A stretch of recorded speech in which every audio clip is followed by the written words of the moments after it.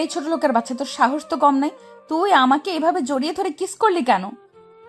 আরে ম্যাডাম, আমার কি দোষ? আপনি নিজেই তো স্লিপ খেয়ে আমার উপর পড়ে গেলেন, আর আমি তো আপনাকে শুধু ধরলাম মাত্র, যাতে আপনি মাটিতে পড়ে আপনার এই সুন্দর ড্রেস আপটা নষ্ট না করেন। এখানে আপনি আমার দোষটা কোথায় দেখতে পাচ্ছেন? আমি তো সেটাই বুঝতে পারছি না। তুই এখানে তোর দোষ দেখতে পাবি কোথায়? মেয়ে মানুষ দেখলে জড়িয়ে ধরতে ইচ্ছে করে, তাই না? দাঁড়া, আমি আজকেই আমার বাবাকে বলে তোকে আমাদের বাড়ি থেকে বের করার বন্দোবস্ত করছি। আছি, আপনি করতেই পারেন, কিন্তু আমার মনে হয় না তাতে কোনো লাভ হবে, কারণ আপনার বাবা কিন্তু আমাকে অনেক বেশি বিশ্বাস করেন, আর আমি মনে করি আপনি সেই বিশ্বাস ভাঙতে পারবেন না। ও তাই নাকি? ঠিক আছে, আমার মনে হয় তুই একটা কথা ভুলেই যাচ্ছিস। আমি আমার বাবার একমাত্র আদরের রাজকন্যা। আমার বাবাকে আমি যেটা করতে বলি আমার বাবা সেটাই করেন। আচ্ছা ঠিক আছে, তাহলে আপনি চেষ্টা করে দেখুন কি করতে পারেন। আপনি কি আমাকে চ্যালেঞ্জ করতে চাইছেন নাকি? না, আপনার মতো মেয়েকে চ্যালেঞ্জ করার কোনো ইচ্ছে আমার নেই। চ্যালেঞ্জ করতে হলে কোনো পুরুষ মানুষের সঙ্গে করব, কিন্তু আপনার মতো মেয়ে মানুষের সঙ্গে নয়। যাই হোক, আপনি যেটা করতে যাচ্ছিলেন সেটা করার চেষ্টা করুন, দেখুন তার রেজাল্ট কি হয়। তখনই নেহা নীলের সঙ্গে আর কোনো কথা না বলে সেখান থেকে সোজা তার বাবার রুমে চলে যায়। সে বাবার রুমে গিয়ে দেখে তার বাবা পত্রিকা পড়ছিলেন। তখন তাকে দেখে তার বাবা বলতে থাকে, কি ব্যাপার নেহা, কি হয়েছে? তুমি হঠাৎ ওর সময় আমার রুমে কেন? তুমি তো সচর আসো না। বাবা, তোমাকে আমি কত করে বলছি এই ছেলেটাকে আমাদের বাড়ি থেকে বিদায় করে দাও। আমি এই ছেলেটাকে জাস্ট সহ্য করতে পারছি না, কিন্তু তুমি আমার কথা শুনছো না কেন? দেখো নেহা, তোমাকে আমি এর আগেও বলেছি আর এখনো বলছি, এই ছেলেটাকে তুমি চাইলে আমি আমাদের বাড়ি থেকে বের করে দিতে পারবো না, কারণ তার কাছে আমি ঋণী। আমার ঋণের বোঝা হালকা করতে হলে তার বিপদে আমাকে তার পাশেই থাকতে হবে। তার মানে তুমি আমাকে এটাই বোঝাতে চাইছো তো আমার চাইতে এই ছেলেটাই তোমার কাছে সবচাইতে বেশি ইম্পর্ট্যান্ট? আচ্ছা ঠিক আছে, তাহলে একটা কথা আমিও তোমাকে স্পষ্ট জানিয়ে দিচ্ছি। এই ছেলেটা যদি আমাদের বাড়িতে থাকে তাহলে কিন্তু আমি এই বাড়িতে থাকবো না, আমি হোস্টেলে চলে যাব। সেটা তুমি চাইলেও করতে পারবে না, কারণ তুমি খুব ভালো করেই জানো এই শহরে আমাকে চেনে না এমন কেউ নেই। আর আমার পরিচয় ছাড়া তুমি কোনো হোস্টেলে উঠতে পারবে না। আর কোনো হোস্টেল ম্যানেজার তোমাকে হোস্টেলে তোলার আগে আমাকে ফোন করবে, তাই এই বিষয়ে কথা বলিও না। কথাটা শুনেই নেহার আগে খটখট করতে থাকে। সে কি বলবে কিছুই ভেবে পাচ্ছে না। তার বাবা তার সঙ্গে কেন এমন আচরণ করছে, কিন্তু সে কোনোভাবেই বুঝতে পারছে না। যদিও সে কখনোই তার বাবার কাছ থেকে এরকম আচরণ অ্যাকসেপ্ট করে না, তাই সে তার বাবাকে বলে, বাবা, তোমার কি একবারও মনে হচ্ছে না যে তুমি ভুল কিছু করছো? তুমি বাইরের একটা মানুষের জন্য নিজের মেয়ের প্রতি অবিচার করছো। তুমি মাথাটা ঠান্ডা করে নিজের রুমে যাও আর বিষয়টা ঠান্ডা মাথায় একটু চিন্তা করো, তাহলে তোমার ভুল ধারণাটা ভেঙে যাবে। তুমি এটা ভালোভাবেই বুঝতে পারবে যে তোমার বাবা ভুল কিছু করছে না, যা করছে ঠিকই করছে। তখন নেহা খুব ভালোভাবেই বুঝতে পারলো তার বাবাকে এসব বিষয়ে কথা বলে কোনো লাভ হবে না। তাই সে আর কোনো কথা না বলে চুপচাপ সেখান থেকে বের হয়ে নিজের রুমে চলে যায়। আর দরজা বন্ধ করে রুমে বসে বসে চিন্তা করতে থাকে কিভাবে লাঠি না ভেঙে সাপ মারা যায়। অপরদিকে নীল তার রুমে বসে বসে অফিসের একটা গুরুত্বপূর্ণ ফাইল নিয়ে কাজ করছিল। এমন সময় হঠাৎ নীলের বাবা সেখানে উপস্থিত হয় আর নীলকে বলে, কি ব্যাপার মাইসান, কি করছিলে তুমি? না মানে আঙ্কেল, একটা গুরুত্বপূর্ণ ফাইল নিয়ে কাজ করছিলাম, যেটা আমি অফিসে বসে কোনোভাবেই সলভ করতে পারছিলাম না, তাই বাড়িতে বসে ঠান্ডা মাথায় সলভ করার চেষ্টা করছি। যাই হোক, আপনি বসুন। আর কেন এসেছেন? না, আমি তো কোনো কারণ নিয়ে আসিনি, এমনিতেই কথা বলতে এসেছিলাম। একা একা রুমে বোরিং ফিল করছি। অন্যদিকে নেহাও বাড়িতে নেই, সে তার বন্ধুদের সঙ্গে নাইট ক্লাবে যাবে বলছে, সেই জন্য রেডি হয়ে বেরিয়ে গেল। নাইট ক্লাব কথাটা শুনতে নীলের কেমন যেন একটা লাগলো। তাই সে নিজের মনে খটকা না রেখে নেহার বাবাকে বলেই ফেলে। নেহার বাবার কথায় নীল একটু সাহস পায়, তাই সে মনে মনে সাহস নিয়ে নেহার বাবাকে বলে, আঙ্কেল, যদি কিছু মনে না করেন একটা কথা বলতাম। হ্যাঁ বাবা, বলেই ফেলো, এত পারমিশন নেওয়ার কি আছে? আমি তো তোমাকে বলেই দিয়েছি তুমি আমার সন্তানের মতো। যখন তোমার কোনো কিছু একটা বলতে ইচ্ছে হবে, করতে ইচ্ছে হবে বা পেতে ইচ্ছে হবে, তখন তুমি সাথে সাথে সেটা আমার সঙ্গে শেয়ার করবে। আমি সেটা সলভ করার চেষ্টা করব। তখন নীল কথাটা কোনো রকমে ঘুরিয়ে নেয় আর তারপর নেহার বাবাকে বলে, আঙ্কেল, নাইট ক্লাব মানে তো ওই জায়গাটা যেখানে রাতের বেলা ছেলেমেয়েরা যায়, নাচ গান করে, ড্রিঙ্কস করে। হ্যাঁ, কেন তুমি কি এর আগে কখনো নাইট ক্লাবের নাম শোনোনি, নাকি কখনো যাওয়া হয়নি, কোনটা? তখন নেহার বাবা নীলকে একটু আগে নেহার বলে যাওয়া কথাগুলো বলে। সবকিছু শুনে নেহার বাবাকে বলে, আঙ্কেল, আমি যতদূর শুনেছি ওই জায়গাগুলো একদমই ভালো নয়। সেখানে ছেলেমেয়েরা অবৈধভাবে মেলামেশা করে। আমার মনে হয় আমি আপনার খুব কাছের একজন মানুষ বলে আপনাকে এই কথাগুলো বলা উচিত, যাতে আপনি আপনার মেয়েকে এসব কাজ থেকে বিরত রাখেন। হ্যাঁ বাবা, সব কিছুই আমি জানি। আচ্ছা যাই হোক, তুমি যদি কিছু মনে না করো, তোমাকে একটা কথা জিজ্ঞাসা করার ছিল। হ্যাঁ আঙ্কেল, বলুন। I don't mind. তখন নেহার বাবা নীলকে একটু আগে নেহার বলে যাওয়া কথাগুলো বলে। সবকিছু শুনে নেহার বাবাকে বলে, দেখুন আঙ্কেল, আপনি যা শুনেছেন সেটা সত্য, কিন্তু তার পেছনে ঘটনাটা মিথ্যে। আসলেই হয়েছিল কি সেটা আপনি শুনেন। আসলে আজ সকালবেলা নীল তার রুম থেকে বের হয়ে একটু ছাদের দিকে যাচ্ছিল হাঁটাহাঁটি করতে। এমন সময় হঠাৎই নেহা তার সামনে চলে আসে। নেহা ছাদ থেকে সিঁড়ি দিয়ে নামছিল আর নীলকে দেখে সে একটু রেগে গিয়ে তাড়াতাড়ি নামছিল। তখনই সে পা পিছলে পড়ে যাচ্ছিল। তখনই সে যাতে মাটিতে পড়ে গিয়ে বেশি ব্যথা না পায় সেজন্য নীল তাকে ধরতে গিয়ে নীল নিজেও পড়ে যায়, কিন্তু নিচে পড়ে আর নেহা উপরে। সব কথা শুনে নেহার বাবা নীলকে বলে, আসলে আমি বিষয়টা তখনই বুঝতে পেরেছিলাম। আমি খুব ভালো করে জানি তোমার এই বাড়িতে থাকাটা আমার মেয়ে পছন্দ করছে না। আসলে আমার মেয়েটা ছোটবেলা থেকে একা একা বড় হয়েছে, তো তাই তার ভালোবাসাকেও ভাগ বসাক সেটা সে মেনে নিতে পারবে না। হ্যাঁ আঙ্কেল, আমি নিজেও সেটা খুব ভালোভাবে বুঝতে পারি। তাই তো আমিও আপনাকে বলেছিলাম যাতে আমি বাইরে কোনো হোস্টেলে থাকি, কারণ আমাকে কেউ পছন্দ না করুক সেটা আমি চাই না। তখন নেহার বাবা নীলকে বলে, একদমই যেন আর কখনো নীল এসব কথা মুখে না আনে, কারণ নেহা যাই কিছু বলুক না কেন তিনি কখনোই নীলকে বাড়ির বাইরে থাকতে দেবেন না। তারপর নেহার বাবা সেই সব কথা সরিয়ে রেখে নীলকে বলে, আচ্ছা শোনো, তোমাকে একটা কথা বলার ছিল। তুমি এসেছো ব্যাস কয়েকদিন হয়েছে, কিন্তু এখানে আসার পর আমি তোমাকে কোনো কাপড় চোপড় কিনে দেওয়া হয়নি। আমি আগামীকাল নেহাকে বলবো তোমাকে নিয়ে একটু শপিং মলে যেতে, সে যেন তোমাকে তোমার প্রয়োজনীয় কিছু কাপড় চোপড় আর জিনিসপত্র কিনে দেয়। আরে না আঙ্কেল, সেসবের কি প্রয়োজন আছে? আমি যেসব জামা কাপড় বাড়ি থেকে নিয়ে এসেছি দিব্যি সেগুলো দিয়ে আমার 1 বছর কেটে যাবে। আর 1 বছর আমার কাছে 1 যুগ সময়ের সমান। কিন্তু নেহার বাবা সেই সব কথা শুনতে নারাজ। তাই তিনি নীলকে বলেন আগামীকাল নীলকে নেহার সঙ্গে শপিং মলে যেতেই হবে, আর এ বিষয়ে তিনি নিজেই নেহার সঙ্গে কথা বলবেন। তারপর তিনি আরো বেশি কিছুক্ষণ নীলের সঙ্গে গল্প গুজব করে নীলের রুম থেকে নিজের রুমে চলে যান।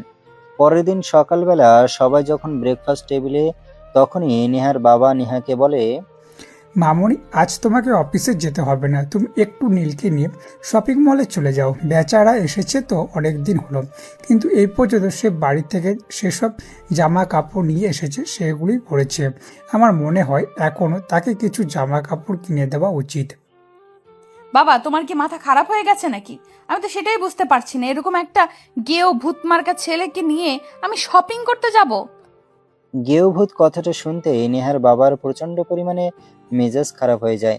তাই তিনি নেহাকে ধমক দিয়ে বলেন, তোমাকে আমি পড়াশোনা শিখেছি, মানুষ করেছি ঠিকই, কিন্তু মানুষের মতো মানুষ করতে পারিনি। এটা আমার ব্যর্থতা। আসলে আমি তোমাকে এটাই শেখাতে পারিনি যে কার সঙ্গে কিভাবে ব্যবহার করতে হয়। তারপর নেহার বাবা তাকে আরো বেশ কিছু কথা বলেন, যেগুলো শুনে নেহাও রেগে যায়। আর সে রেগে গিয়ে তার বাবাকে বলে, বাবা, তুমি এই ছেলেটার জন্য আমার সঙ্গে এরকম বিহেভিয়ার কেন করছো? আমি সেটাই বুঝতে পারছি না। এই ছেলেটার সঙ্গে আমার কি এমন সম্পর্ক হয়েছে যে একে আমার শপিং মলে নিয়ে যেতে হবে? আর আমি কোনোভাবেই একে শপিং মলে নিয়ে যেতে পারবো না। And that's final. কথাটা শোনা মাত্রই নেহার বাবার রাগে নেহাকে অনেক জোরে একটা ধমক দেয় আর বলে, তুমি কিন্তু ইদানিং বড্ড বেশি বাড়াবাড়ি করছো নেহা। এটা কিন্তু আমি তোমার কাছ থেকে কখনোই আশা করি না। আমি তোমাকে যেটা বলছি তোমাকে সেটাই করতে হবে। তুমি আজকে একে নিয়ে শপিং মলে যাবে। ঠিক আছে, যাবো নে। বলেই নেহা আর কাউকে কোনো কথা বলার সুযোগ না দিয়ে রাগে কটকট করতে করতে ব্রেকফাস্ট না করেই টেবিল থেকে উঠে চলে গেল। সেটা দেখে নীল নেহার বাবাকে বলে, আঙ্কেল, আমি তো আপনাকে বলেছিলাম আমার জামা কাপড় ওইসবের কোনো প্রয়োজন নেই, কিন্তু আপনি কেন ম্যাডামের সঙ্গে এরকম ব্যবহার করতে গেলেন? উনি তো নাস্তা না করেই চলে গেলেন। আরে বাবা, ওসব নিয়ে তুমি চিন্তা করো না, আমি তোমার মেয়েকে খুব ভালো করেই জানি। দেখবে কিছুক্ষণের মধ্যেই অনলাইন থেকে খাবার অর্ডার করছে আর নিজের রুমের মধ্যে বসে চুপি চুপি খেয়ে নিচ্ছে। আমার কথা বিশ্বাস না হলে তুমি শুধু তাকে একটু ফলো করতে থাকো। আঙ্কেল, আমি সত্যি আপনার কথা বিশ্বাস করতে পারছি না। ম্যাডাম এখান থেকে রাগে না খেয়ে চলে গেলেন আর রুমে গিয়ে অনলাইনে খাবার অর্ডার করবেন। আমি জাস্ট বিশ্বাস করছি না। বলতে বলতে নেহার বাবা আর নেই দুজনেই ব্রেকফাস্ট শেষ করলো। ব্রেকফাস্ট শেষ হলে নেহার বাবা নীলকে বলে, আমার কথা তো তুমি বিশ্বাস করলে না, তা না ঠিক আছে, তুমি শুধু একটু নেহাকে ফলো করতে থাকো। দেখো, সে যদি আধ ঘন্টার মধ্যে অনলাইন থেকে খাবার অর্ডার না করে আর কোনো কোরিয়ান ম্যান যদি আমাদের বাড়িতে না আসে, তাহলে তুমি যা বলবে আমি তাই মেনে নেব। তখন নীল আচ্ছা ঠিক আছে এই কথাটা বলে সেখান থেকে উঠে চলে আসে। আর সে সত্যি সত্যি নেহাকে ফলো করতে থাকে। আর ফলো করবার জন্য তাকে বিশেষ কোনো রুলস মেনটেন করতে হয় না, কারণ নেহার রুমের পাশে যে রুমটা সেটাতেই নীল থাকে। আর কিছুক্ষণের মধ্যেই নীল শুনতে পায় কেউ একজন নেহার রুমের দরজায় নক করছে। আর তখনই সে দরজা খুলে বাইরে এসে দেখে কোরিয়ার ম্যান। তখন নেহা যাতে কোনো কিছু বুঝতে না পারে তাই সঙ্গে সঙ্গে এসে দরজাটা বন্ধ করে দেয় আর রুমের মধ্যে চলে যায়। প্রায় 5 মিনিট পর নীল আবার রুম থেকে বের হয়ে নেহার রুমে প্রবেশ করে। নেহা দরজাটা দিতে ভুলে গেছিল, তাই নীলকে আর দরজা নক করতে হয়নি। সে সোজা রুমে চলে আসে আর রুমে এসেই দেখতে পায় নেহা খাবার খাচ্ছে। সেটা নীল নেহাকে বলে, কি ব্যাপার ম্যাডাম, তখন তো ফুটানি দেখিয়ে ব্রেকফাস্ট না করে রুমে চলে আসলেন। এতই যখন আপনার রাগ, তাহলে আপনি এখন আবার কুরিয়ার থেকে খাবার অর্ডার করে খাচ্ছেন কেন? তোকে আমি কতবার বলেছি আমার পার্সোনাল ব্যাপারে নাক গলাতে আসবি না। আমি খাবার খেলে আমার বাবার টাকাই খাচ্ছি, তোর কি সমস্যা? দেখুন ম্যাডাম, আমার কিন্তু মনে হচ্ছে আপনি একটু বেশি বাড়াবাড়ি করছেন। কারণ আমি কিন্তু কথাটা আপনাকে ওভাবে বলিনি যাতে আপনি আমাকে এই উত্তরটা দিতে পারেন। আমি শুধু আপনাকে এইটুকুই বলেছি যে আপনি তখন খাবার না খেয়ে চলে আসলেন আর এখন অনলাইন থেকে অর্ডার করে খাচ্ছেন। বাইরের খাবার তো নিরাপদ নয়। এই নির্লজ্জ বেহায়া, আমি আর কতবার বলবো তুই আমার পার্সোনাল ব্যাপারে কথা বলতে আসবি না। তোকে আমার একদমই পছন্দ নয়, আমি চাই না তুই আমার ব্যক্তিগত ব্যাপারে নাক গলাস। নেহার ব্যবহার অনেক খারাপ সেটা নীল জানতো, কিন্তু তাই বলে নেহার ব্যবহার এতটা খারাপ সেটা নীলের কল্পনার মধ্যেও ছিল না। তাই নীল আর কোনো কথা না বলে নিজের রুমে চলে আসে। অপরদিকে নেহা খাবার খেয়ে রুমে শুয়ে ঘুমিয়ে পড়ে। আর তার বাবা অফিসে চলে গেছিল। দেখতে দেখতে দুপুর হয়ে যায়। তখনই নেহার বাবা নেহাকে ফোন করে। নেহা তখন ঘুম ঘুম চোখে ফোনটা রিসিভ করে। আর ফোনটা রিসিভ করতে সে অপর প্রান্ত থেকে শুনতে পায়, কি ব্যাপার মামুনি, তোমার কি বাসা থেকে বের হয়ে চলে গেছো? বাবা, আমার শরীরটা খারাপ লাগছিল তাই একটু শুয়ে ঘুমিয়ে পড়েছিলাম। তুমি ওই হাদারামটাকে ফোন দিয়ে বলে দাও সে যেন তাড়াতাড়ি রেডি হয়ে যায়। আর আমার হাতে কিন্তু সময় একদমই কম, সন্ধ্যায় আবার আমার বন্ধুদের সাথে একটু বের হব। ঠিক আছে, ওকে ফোন দিয়ে বলে দিচ্ছি। এই কথাটা বলেই নেহার বাবা ফোনটা কেটে দেয়। আর সঙ্গে সঙ্গে নীলের ফোনে ফোন দেয়। আর নীল একবার রিং হতেই ফোনটা রিসিভ করে। আসসালামু আলাইকুম আঙ্কেল, কি হয়েছে? কোনো সমস্যা নাকি? আপনি এই অসময়ে ফোন দিয়েছেন কেন? আরে বাবা, তুমি সব সময় এত উদ্বিগ্ন হয়ে থেকো কেন? কোনো সমস্যা হলেই তোমাকে ফোন করা যাবে, নয়তো তোমাকে ফোন করা যাবে না, এটা কোনো হাদিস লেখা আছে? না আঙ্কেল, আমি আপনাকে একদমই ওই কথাটা বলিনি। আমি আপনাকে শুধু এটাই বলতে চেয়েছি কি হয়েছে, আপনি আমাকে ফোন করেছেন কেন? একটু তাড়াতাড়ি করে রেডি হয়ে নাও নেহা, তোমাকে নিয়ে একটু বের হব। তোমার যা যা লাগবে সব কিছু কিনে নিও। নেহার কাছে আমার ক্রেডিট কার্ড আছে, টাকা পয়সা নিয়ে কোনো চিন্তা করো না। আর এসব টাকা আমি তোমার বেতন থেকেও কাটবো না, এগুলো সম্পূর্ণ আমার তরফ থেকে তোমার জন্য গিফট। আঙ্কেল, আপনি আবার কেন ম্যাডামকে কিছু বলতে গেলেন? ম্যাডাম তো তখন প্রচণ্ড পরিমাণে রেগে গিয়েছিল। আমি তো বললাম আমার এইসবের প্রয়োজন নেই। আমার যেসব জামা কাপড় আছে সেগুলো দিয়ে আমি অনায়াসে 1 বছর কাটিয়ে নিতে পারবো। 1 বছর পর আমার অন্য আরেকটা যুগ আসবে। নীল, এত কথা বলা কিন্তু আমার একদমই পছন্দ নয়। তোমাকে যেটা করতে বলছি সেটাই করো। তখন নীল আর কিছু বলে না, চুপচাপ ফোনটা রেখে দিয়ে রেডি হয়ে নীল আর ড্রয়িং রুমে বসে নেহার জন্য অপেক্ষা করতে থাকে। প্রায় আধা ঘন্টা পর নেহার নিজের রুম থেকে বের হয় আর ড্রয়িং রুমে আসে। তখনই নিজের চোখ আটকে যায় নেহার সাথে। নেহা একটা ছোট্ট টপ আর শর্ট প্যান্ট পরেছিল, যেটা দেখেই নীল নেহাকে বলে, আরে ম্যাডাম, আপনার উপরের কাপড় কই? এই উপরের কাপড় মানে? আমি কি পোশাক ছাড়া রয়েছি নাকি? ম্যাডাম আপনি তো ছোট ছোট জামা কাপড় পরে আছেন, এগুলো পরে কেউ বাইরে বের হয় নাকি? রাস্তার বখাটে ছেলেপেলেরা তো আপনার দিকে হা করে তাকিয়ে থাকবে আর চোখ দিয়ে গিলে খাবে। আপনি প্লিজ দয়া করে আপনার ফুল ড্রেস পরে আসুন। তোর কি মাথা খারাপ হয়ে গেছে নাকি? আমি এই গরমের মধ্যে লম্বা লম্বা জামা পরবো? পারবো না আমি এইসব করতে। আমি এতেই বেশ আছি। কিন্তু ম্যাডাম এইসব তো ভদ্র সমাজের পোশাক নয়, আর আপনার বাবা তো যথেষ্ট ভদ্র এবং রুচিশীল একজন মানুষ। আপনার বাবার পরিচিত কেউ যদি আপনাকে এই অবস্থায় দেখে তাহলে কি ভাববে বলেন তো? শোন, কে কি ভাবলো কে কি না ভাবলো সেই সব কিছু নিয়ে আমি কখনোই কিছু চিন্তা করি না। আর তো চিন্তা কেউ করতে বলিনি। তোকে যেটা করতে বলা হয়েছে তুই সেটাই কর। বলতে বলতে না হ্যাঁ সেখানে আর এক মুহূর্ত না দাঁড়িয়ে গাড়িতে উঠে বসে। আর গাড়িতে আসতেই ড্রাইভার তার দিকে হাঁ করে তাকিয়ে থাকে। সেটা দেখে নেহা ড্রাইভারকে বলে, এই ড্রাইভারের বাচ্চা ড্রাইভার, তুই এইভাবে আমার দিকে হা করে তাকিয়ে আছিস কেন? কি করব ম্যাডাম, সেটা আপনি নিজেই আমাকে বলে দেন না। আপনি যেভাবে হট ড্রেস পরেছেন, এরপর তো আপনাকে দেখলে যে কোনো ছেলেই হাঁ করে তাকিয়ে থাকবে। এখানে তো আমি আমার অপরাধ বলতে কিছুই দেখতে পাচ্ছি না। কথাটা বলতে না বলতে নেহা ড্রাইভারের গালে ঠাস ঠাস করে বের করে কয়েকটা চড় বসিয়ে দেয়। আর তখনই নীল সেখানে এসে উপস্থিত হয়। কি ব্যাপার ম্যাডাম, কি হয়েছে? আপনি একে মারলেন কেন? শালা লুচ্চার ঘরের লুচ্চা, কত বড় সাহস আমাকে বলে আমি নাকি হট ড্রেস পরেছি। তো আমি হট ড্রেস পরেছি, ওর বাপের কি সমস্যা? তখন নীল কোনো রকমে নিজেকে শান্ত রেখে নেহাকে বলে, সে তো আগেই বলেছিল নেহাকে ড্রেস চেঞ্জ করে আসতেই, কারণ ওই সব আউটফিটে সব জায়গায় মানায় না। নীলের কথা আর ড্রাইভারের কথা শুনে নেহা তখন নিজের রুমে গিয়ে ড্রেস চেঞ্জ করে একটা 3 পিস পরে বাইরে বের হয়। সেটা দেখেই নীল নেহাকে বলে, এই তো এবার ঠিক আছে, এবার আপনাকে একদম পারফেক্টলি মানিয়েছে। বাঙালি মেয়েদেরকে 3 পিস ছাড়া ভালো লাগে নাকি? নেহা ততক্ষণে নিজের গালে প্রায় কয়েকশো কেজি চাল ভিজিয়ে রেখেছে, যার কারণে তার গাল দুটো ফুলে টইটুম্বুর হয়ে একদম পাকা টমেটোর মতো হয়ে রয়েছে। তাই নীল আর নেহার সঙ্গে কোনো কথা বলেনি। দেখতে দেখতে তারা শপিং মলে এসে পৌঁছে যায়। তারা একটা কাপড়ের দোকানে ঢোকে, আর সেখানে ঢুকে নেহা নীলের জন্য বেশ কয়েকটা কাপড় চোপড় নিয়ে বিল পেমেন্ট করতে যায়। বিল কত হয়েছে? ম্যাডাম, এখানে আপনার টোটাল 30,000 টাকা বিল হয়েছে।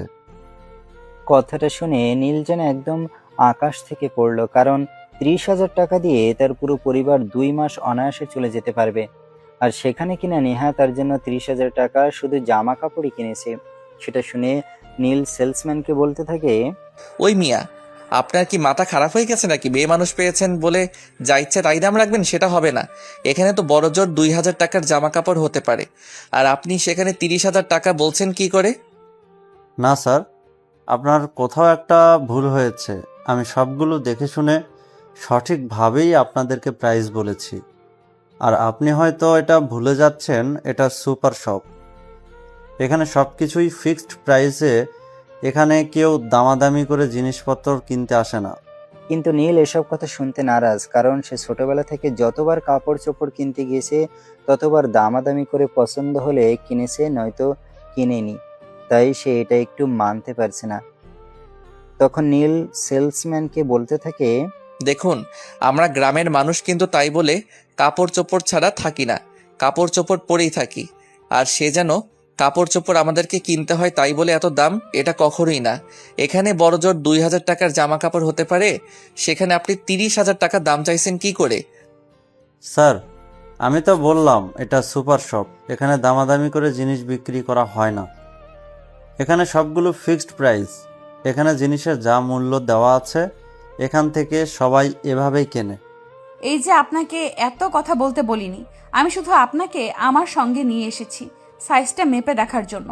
আর টাকা গেলে আমার বাপের যাবে, তাতে আপনার কি সমস্যা? আমি তো আপনার কাছ থেকে 2 পয়সাও চাইছি না। আরে ম্যাডাম, আপনি বুঝতে পারতেছেন না? এই লোকগুলো আপনার এই বোকা বানানোর চেষ্টা করতেছে। এখানে 30,000 টাকার জামা কাপড় হয় কি করে? এই, আপনি আপনার মুখ দয়া করে একটু বন্ধ করেন তো। আমি আর আপনার এইসব ব্যাপার আমি সহ্য করতে পারছি না। আর একটাও কোনো কথা নয়। নেহা নীলকে প্রচন্ড পরিমাণে রাগ দেখাচ্ছে। তাই নীল বুঝতে পারলো তার আর কিছুই করার নেই। নেহাকে ছেলেটা বোকা বানিয়ে ফেলেছে, তাই তার কাছ থেকে পুরো 30,000 টাকা গলিয়ে নিচ্ছে। তাই নীল আর কোনো কথা না বলে চুপচাপ দাঁড়িয়ে রইলাম। এদিকে নীলের কেনাকাটা শেষ হলে নেহা নিজের জন্য কিছু ড্রেস কিনলো আর তারপর শপিং মল থেকে বের হয়ে গেল। এই যে মিস্টার সুমন, আমি আপনাকে একটা রিকশায় তুলে দিচ্ছি। আপনি একদম বাসায় চলে যাবেন, আর রিকশাওয়ালাকে আমি ঠিকানা বলে দিব। আপনি কোনো চিন্তা করবেন না। কিন্তু ম্যাডাম আমি তো এখানকার রাস্তাঘাট কোনো কিছুই চিনি না। তখন যদি রিক্সাওয়ালা আমাকে নিয়ে অন্য কোথাও চলে যায় তাহলে আমি বাসায় ফিরবো কিভাবে? নীলের এমন অদ্ভুত কথায় নেহার যেন নিজের চুল নিজেরই ছিঁড়তে ইচ্ছে করেছিল, কিন্তু তারপরও সে নিজেকে কন্ট্রোল করে নীলকে বলে, আপনি তো আর মেয়ে মানুষ নন যে আপনাকে তুলে নিয়ে গিয়ে রিকশাওয়ালা আপনাকে করবে বা ইফটিজিং করবে। তাই এই বিষয়ে আপনার কোনো চিন্তা করতে হবে না। আর এই শহরের সবাই আমার বাবাকে এক নামে চিনে, আর সেই সাথে আমাকেও সবাই চেনে। কিন্তু ম্যাডাম তারপর আমার ভয় লাগছে, এখানে তো কোনো কিছুই আমি সেরকম চিনি না।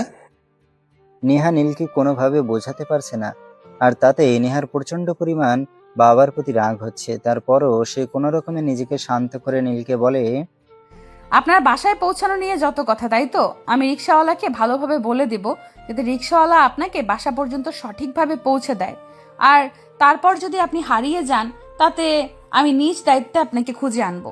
ঠিক আছে ম্যাডাম, আপনি যখন আমাকে এতটা ভরসা দিচ্ছেন তখন আমার আর ভয় পাওয়ার কোনো কারণ নেই। তারপর নেহা নীলকে নিয়ে শপিং মল থেকে বের হয়ে একটা রিকশায় উঠিয়ে দেয় আর রিকশাওয়ালাকে তাদের বাসার ঠিকানা বলে দেয়। রিকশাওয়ালা রিকশা চালাচ্ছি না এমন সময় হঠাৎই নীল রিকশাওয়ালাকে বলে, আচ্ছা রিক্সাওয়ালা মামা, আমাদের বাড়ির ঠিকানাটা আপনি জানেন তো? মানে ম্যাডাম আপনাকে যে ঠিকানা বলে দিল আপনি আমাকে সেই ঠিকানা অনুযায়ী পৌঁছে দিতে পারবেন তো? হ্যাঁ স্যার, আমি আপনাদের বাড়ির ঠিকানা খুব ভালো করে চিনি। আর এই শহরে আপনাদের বাড়ির ঠিকানা জানে না এমন মানুষ পাওয়া দুষ্কর। আচ্ছা ঠিক আছে, আপনি আমাকে ভালোভাবে আমাদের বাসা পর্যন্ত পৌঁছে দেন। তাছাড়া আপনাকে একটা কথা বলার ছিল, সেটা হচ্ছে আমি কিন্তু শহরে এর আগে কখনো আসিনি, প্রথমবার এসেছি। আমি কিন্তু রাস্তাঘাট কিছুই চিনি না। আপনি যদি আমাকে ভুল ঠিকানা নিয়ে যান তখন কিন্তু আমি একদম হারিয়ে যাব। আরে স্যার, আমি আপনাকে বললাম তো, আপনার এই সব কিছু নিয়ে চিন্তা করতে হবে না। আমি আপনাকে আপনার ঠিকানা মতো পৌঁছে দিতে পারবো, কোনো সমস্যা হবে না। রিকশাওয়ালা নীলকে কোনো রকমে বুঝিয়ে রিকশায় বসিয়ে রিকশা চালাতে থাকে। দেখতে দেখতে প্রায় 15 মিনিটের মতো সময় চলে গেল, কিন্তু এখনো নীল বাসায় এসে পৌঁছালো না। তাই সে মনে মনে টেনশন করছে আর রিকশাওয়ালাকে বলছে, কি ব্যাপার রিক্সাওয়ালা মামা, আপনি তো সেই কখন থেকে রিক্সা চালাচ্ছেন কিন্তু এখন আমাকে আমাদের বাসা পর্যন্ত পৌঁছে দিচ্ছেন না কেন? আপনি তো রিক্সা চালিয়ে যাচ্ছেন, থামানোর নাম গন্ধ দেখছি না। আর আমি তো আমাদের বাড়িটাও দেখতে পাচ্ছি না। স্যার, আপনি একটু দয়া করে চুপ করে বসেন। সামনেই আপনাদের পাশে আমার 2 মিনিটের মতো লাগবে যেতে। এই 2 মিনিট সময় আপনি একটু চুপচাপ বসে থাকেন। 2 মিনিটের মতো সময় লাগবে, সেটা শুনে নীল একটু আশ্বস্ত হয় আর চুপ করে বসে দেখতে দেখতে সে বাসায় চলে আসে আর বাসায় এসে বিছানায় লপাট করে শুয়ে পড়ে। এদিকে দেখতে দেখতে কখন যে দুপুর ঘুমিয়ে বিকেল আর বিকেল গড়িয়ে রাত হয়ে গেল সেটা নীল টেরই পেল না, কারণ সে একদম ঘুমে নিমগ্ন হয়েছিল। রাত প্রায় 9টার মতো বাজে। নেহার বাবা ততক্ষণে বাসায় চলে এসেছে। বাসায় এসে তিনি যখন নীলকে দেখতে না পেলেন তখন তাদের বাসায় কাজের মেয়েকে বললেন, বুয়া, নীল কোথায়? নীলকে একটু বলো তো নিচে আসতে। সাহেব, উনি তো শপিং থেকে এসে রুমের দরজা বন্ধ করে ঘুমাচ্ছেন। আমি তো অনেকবার ওনাকে ডাকতে গিয়েছিলাম দুপুরের খাবার খাওয়ানোর জন্য, কিন্তু উনি তো কোনো সাড়া শব্দই করেননি। ঠিক আছে, কোনো সমস্যা নেই। তুমি এখন কি ওকে ডাকো আর বলো আমি বাড়িতে চলে এসেছি আর আমি ওকে ডাকছি। ঠিক আছে সাহেব, আমি এক্ষুনি যাচ্ছি। বলতে বলতে তাদের বাসায় কাজের বুয়া সেখান থেকে নীলের রুমের কাছে যায় আর দরজার সামনে দাঁড়িয়ে নীলকে ডাকতে থাকে। সাহেব, সাহেব, শুন। নীলের তখনও যেন ঘুম ছাড়ছিল না, তাই সে চোখ কচলাতে কচলাতে রুমের দরজা খুলে বুয়াকে দেখিয়ে বুয়াকে বলতে থাকে, ঠিক আছে, আপনি আঙ্কেলকে বলুন আমি একটু চোখ মুখটা ধুয়ে তারপর আসছি। ঠিক আছে বলে বুয়া সেখান থেকে চলে যায় আর ড্রয়িং রুমে গিয়ে নেহার বাবাকে এই কথা বলে। তারপর নেহার বাবা বসে অপেক্ষা করতে থাকে কখন নীল আসবে। প্রায় 10 মিনিট পর নীল নিচে আসে আর তাকে দেখে নেহার বাবা বলে, তোমার জন্য একটা গুড নিউজ আছে। আমার জন্য কি বলেন তো আঙ্কেল? আমি তো বিশ্বাসই করতে পারছি না, আমার জন্য আবার কি গুড নিউজ আছে? হ্যাঁ, আমি একদম ঠিক কথাই বলছি। তুমি তো মাস্টার্স কমপ্লিট করেছিলে, তাই না? তুমি আজকেই একবার তোমার বাড়িতে ফোন করো আর তোমার মাস্টার্সের সার্টিফিকেটগুলো অনলাইনে পাঠিয়ে দিতে বলো। কিন্তু কেন আঙ্কেল, আপনি আমার সার্টিফিকেট দিয়ে কি করবেন? আর ওই সব কিছু তো আমার তত্ত্বাবধানে আমার রুমে রাখা আছে, আর আমার রুম তো তালা দেওয়া, তাহলে আমার বাবা সেগুলো খুঁজে পাবে কি করে? আরে বাবা, সেই সব কিছু আমি খুব ভালো করেই জানি, আর জানি বলেই বলছি। তুমি তো আর তোমার রুমের চাবি তোমার সঙ্গে করে নিয়ে আসোনি, তুমি তো আমার রুমের চাবি তোমার বাবার কাছে রেখে এসেছো, আর সেই জন্যই বলছি তুমি বাবাকে ফোন দাও আর ছবিটা কোথায় রেখেছো সেটা তোমার বাবাকে বলে দাও। আর তোমার বাবাকে এটাও বলে দাও যে আজকের মধ্যে সমস্ত কাগজপত্র পাঠিয়ে দিতে। কিন্তু কেন আঙ্কেল, আপনি এসব কাগজপত্র দিয়ে কি করবেন? আমি তো সেটাই বুঝতে পারছি না, যদি বিষয়টা ক্লিয়ার করতেন। তুমি যে কি সেটা আমি মাঝে মাঝে নিজেই ভাবতে পারি না। যাই হোক, যেহেতু জানতে চাইছো বলে, আমাদের প্রোডাকশন ডিপার্টমেন্টের প্রোডাকশন ডিরেক্টর যিনি ছিলেন উনি চাকরি ছেড়ে চলে গেছে। তুমি তো একটা শিক্ষিত যুবক, আর শিক্ষিত যুবক হয়ে কেন তুমি ওয়ার্কারের চাকরি করবে? তাই আমি চাইছি প্রোডাকশন ডিরেক্টর হিসেবে তুমি জয়েন করো, তাই তোমার সার্টিফিকেটগুলো প্রয়োজন। কিন্তু আঙ্কেল, আপনার এত বড় একটা ডিপার্টমেন্ট, আর সেখানে প্রোডাকশন ডিটেক্টর হিসেবে আমি জয়েন করলে আমি কি পারবো সব কিছু সামলাতে? তোমার উপর সম্পূর্ণ ভরসা আছে আমার, আমি জানি তুমি পারবে, শুধু একটু বুঝিয়ে দিলেই হবে। আর সেই সব কিছুর জন্য আমি তো রয়েছি, আমি তোমাকে খুব ভালোভাবে বুঝিয়ে দেব কিভাবে কি করতে হবে, কিভাবে কি চালাতে হবে। এখন কোনো কথা না বাড়ে এক্ষুনি তোমার বাবাকে ফোন করো আর কাগজপত্রগুলো পাঠিয়ে দিতে বলো। নেহার বাবার কথায় নীল তখন আর কোনো উত্তর না দিয়ে সঙ্গে সঙ্গে নিজের রুমে চলে যায় আর তৎক্ষণাৎ তার বাবাকে ফোন দেয়। হ্যাঁ বাবা, কেমন আছিস রে? বাবা, এই তো আলহামদুলিল্লাহ ভালোই আছি। তোমার কি খবর? তোমার শরীর কেমন আছে? এই তো আছি ভালোই, কিন্তু তোর মায়ের শরীরটা ভালো যাচ্ছে না, প্রেশার একদম কমে গেছে। তুই এখান থেকে চলে যাওয়ার পর তোর মা একদমই খাওয়ার দাওয়ার করে না, তোর চিন্তায় সারাক্ষণ মগ্ন থাকে। মা কোথায়? মাকে একটু ফোনটা দাও তো, আমি কথা বলি। তোর মা তো এখন বাড়িতে নেই, ওই পাশে কোথায় একটা হাঁটতে গেছে। একা একা বাড়িতে তার ভালো লাগছে না, তাই বললাম একটু ঘুরে আসতে। আচ্ছা ঠিক আছে, কোনো সমস্যা নেই। তোমাকে আমি একটা দরকারে ফোন করেছিলাম। তুমি আমার রুমে চাবিটা দিয়ে দরজা খুলে রুমে যাবে, আর আমার আলমারি থেকে আমার ফাইলে বেশ কিছু কাগজপত্র আছে, সেগুলো একটু বাজারে গিয়ে অনলাইনের মাধ্যমে আমার কাছে পাঠিয়ে দিতে পারবে? ঠিক আছে বাবা, আমি দেখছি। তুই তো শরীরের যত্ন নিচ্ছিস তো? ঠিক মতো খাওয়া দাওয়া করছিস তো? হ্যাঁ বাবা, আমি একদমই ঠিক আছি। আমাকে নিয়ে তোমার কোনো চিন্তা করতে হবে না। যাই হোক, তোমাকে যেটা বললাম সেটাই করো। আর একটা খুশির খবর, আমার একটা ভালো পোস্টে চাকরি হতে চলেছে। কেন? আমি যে তোকে আমার বন্ধুর ওখানে পাঠালাম, সেখানে কি হয়েছে?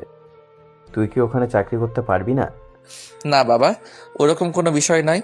আমি তো ওনার এখানেই চাকরি করছি, ওনার অফিসে ভালো একটা পোস্টে উনি আমাকে অ্যাপয়েন্টমেন্ট করতে চাইছেন। তখন নীলের বাবা অনেক খুশি হয় আর ফোনটা কেটে দেয়। কিছুক্ষণ পর উনি নীলের আলমারি থেকে ওই সমস্ত কাগজপত্র নিয়ে বাজারে চলে যান, আর বাজারে একটা অনলাইনের দোকান থেকে সেই সব কাগজপত্র নীলকে ইমেলের মাধ্যমে পাঠিয়ে দেন। নীল তখনই সেই সব কাগজপত্র নিয়ে এসে নেহার বাবার হাতে তুলে দেয়, আর সব কাগজপত্র দেখে নেহার বাবা নীলকে বলে, আগামীকাল কিন্তু একটু সকাল সকাল অফিসে যাওয়ার জন্য রেডি হয়ে নেবে, কেমন? ঠিক আছে আঙ্কেল, আপনি কোনো চিন্তা করবেন না। আমি একদম সকাল সকাল ঘুম থেকে উঠে তৈরি হয়ে নিব। বলতে বলতে নীল নিজের রুমে চলে যায়। আর এদিকে পরের দিন সকালবেলা ঘুম থেকে উঠে সে অফিসে যাওয়ার জন্য তৈরি হয়ে নেয়। অপরদিকে নেহার বাড়িতে আজ কোনো কাজ নেই, তাই সে নিজেও অফিসে যাবে বলে তৈরি হচ্ছে। একে একে নেহা, নীল আর নেহার বাবা তিনজনই এসে ড্রয়িং রুমে হাজির হয়। তখন নেহার বাবা নেহাকে বলে, ও নেহা, তোমাকে তো বলতেই ভুলে গিয়েছিলাম, আজ আমাদের অফিসে একটা গুরুত্বপূর্ণ মিটিং ডাকা হয়েছে। তাই নাকি? কিন্তু কেন মানে? আমি বলতে চাইছি, সচরাচর তো আমাদের অফিসে হুটহাট করে মিটিং ডাকা হয় না, তাহলে আজ তুমি কেন হঠাৎ করে মিটিং ডাকলে? সেটা আমি তোমাকে এখনই বলতে চাইছি না, তুমি অফিসে যাওয়ার পরে জানতে পারবে কেন আমি হঠাৎ মিটিং ডেকেছি। যাই হোক, এখন চলো। তারপর আর নেহা কোনো কথা বলেনি, কারণ সে খুব ভালো করেই জানে তার বাবা কোনো প্রয়োজন ছাড়া মিটিং ডাকেনি। তাই অফিসে গেলেই সে বিষয়টা জানতে পারবে। দেখতে দেখতে তিনজনই অফিসে চলে আসে, আর অফিসে এসেই অফিসের সকল স্টাফকে নেহার বাবা মিটিং রুমে ডেকে নেয়। সবাই যার যার নির্দিষ্ট আসনে বসে আছে। চলছে সংসার নীরবতা। আর নীরবতা ভেঙে হঠাৎই নিহার বাবা সবাইকে উদ্দেশ্য করে বলে ওঠে, আমি এখানে সবাইকে উদ্দেশ্য করে একটা অ্যানাউন্সমেন্ট করতে চাই। দেখুন, আপনারা হয়তো জানেন না যে আমাদের প্রোটেকশন ডিরেক্ট গতকাল একটা জরুরি কারণে হঠাৎ করে চাকরি ছেড়ে চলে গেছেন। তাই আমি মনে করছি এই মুহূর্তে আমাদের প্রোটেকশন ডিপার্টমেন্টে জরুরি একজন কাউকে নিয়োগ দেওয়া প্রয়োজন। বাবার এমন কথা শুনে পাশ থেকে নেহা বলে ওঠে, বাবা, এই কথাটা বলার জন্য সবাইকে মিটিং রুমে ডেকে আনার কি প্রয়োজন আছে? আমি তো তোমার একমাত্র যোগ্য সন্তান, যে কিনা তোমার পরে এই কোম্পানির সমস্ত দায়িত্ব বুঝে নিতে পারি, এবং তার জন্য যথেষ্ট যোগ্যতা আমার রয়েছে। প্রয়োজন তো অবশ্যই আছে, আর প্রয়োজন আছে বলেই তো আমি সবাইকে এখানে ডেকে নিয়ে এসেছি। আর একটা কথা তোমাকে বলতে চাই, সেটা হলো আমি কিন্তু তোমাকে নিয়োগ করতে চাইছি না। মানে এসব কি বলছে বাবা? তুমি কি জানো তুমি এখানে সবার সামনে আমাকে অপমান করছো? আমি তোমার একমাত্র মেয়ে, আমি তোমার একমাত্র উত্তরাধিকারী এই কোম্পানির। আর তুমি কি না আমাকে বলছো তুমি আমাকে প্রোডাকশন ডিপার্টমেন্টের প্রোডাকশন ডিরেক্টর হিসেবে নিয়োগ করতে পারবে না? হ্যাঁ, আমি এটা খুব ভালো করেই জানি যে তুমি আমার একমাত্র উত্তরাধিকারী। আমার পর তোমার যত সয় সম্পদ আছে সব কিছুর একমাত্র মালিক তুমি। কিন্তু তুমি তো আমাদের কোম্পানি ম্যানেজমেন্ট ডিপার্টমেন্টের ম্যানেজার হিসাবে রয়েছো। তুমি ম্যানেজিং ডিপার্টমেন্টের সামলাও।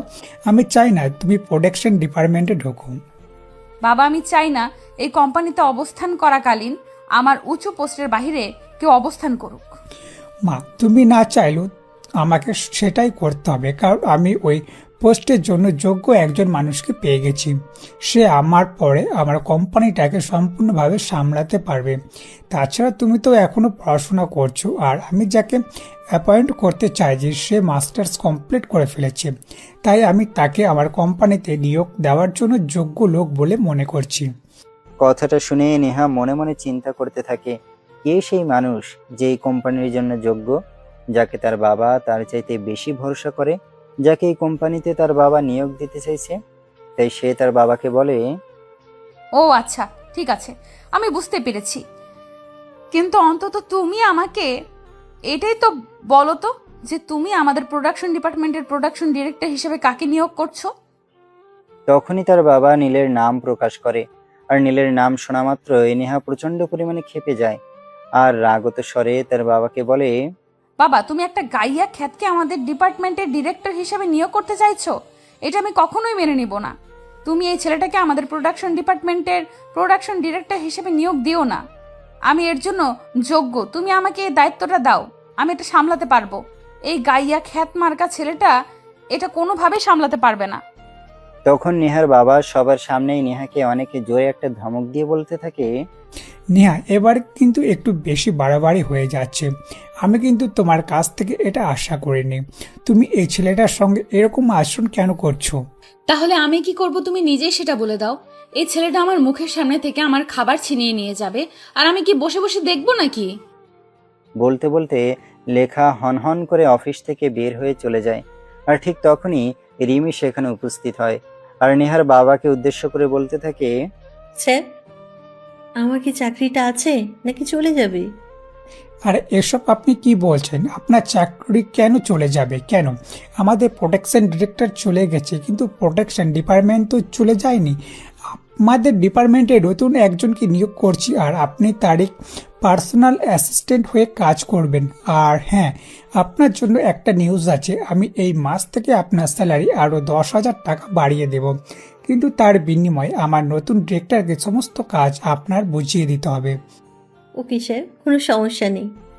আমি টাকা পেলে সব করতে পারি, সেটা আপনি খুব ভালো করেই জানেন।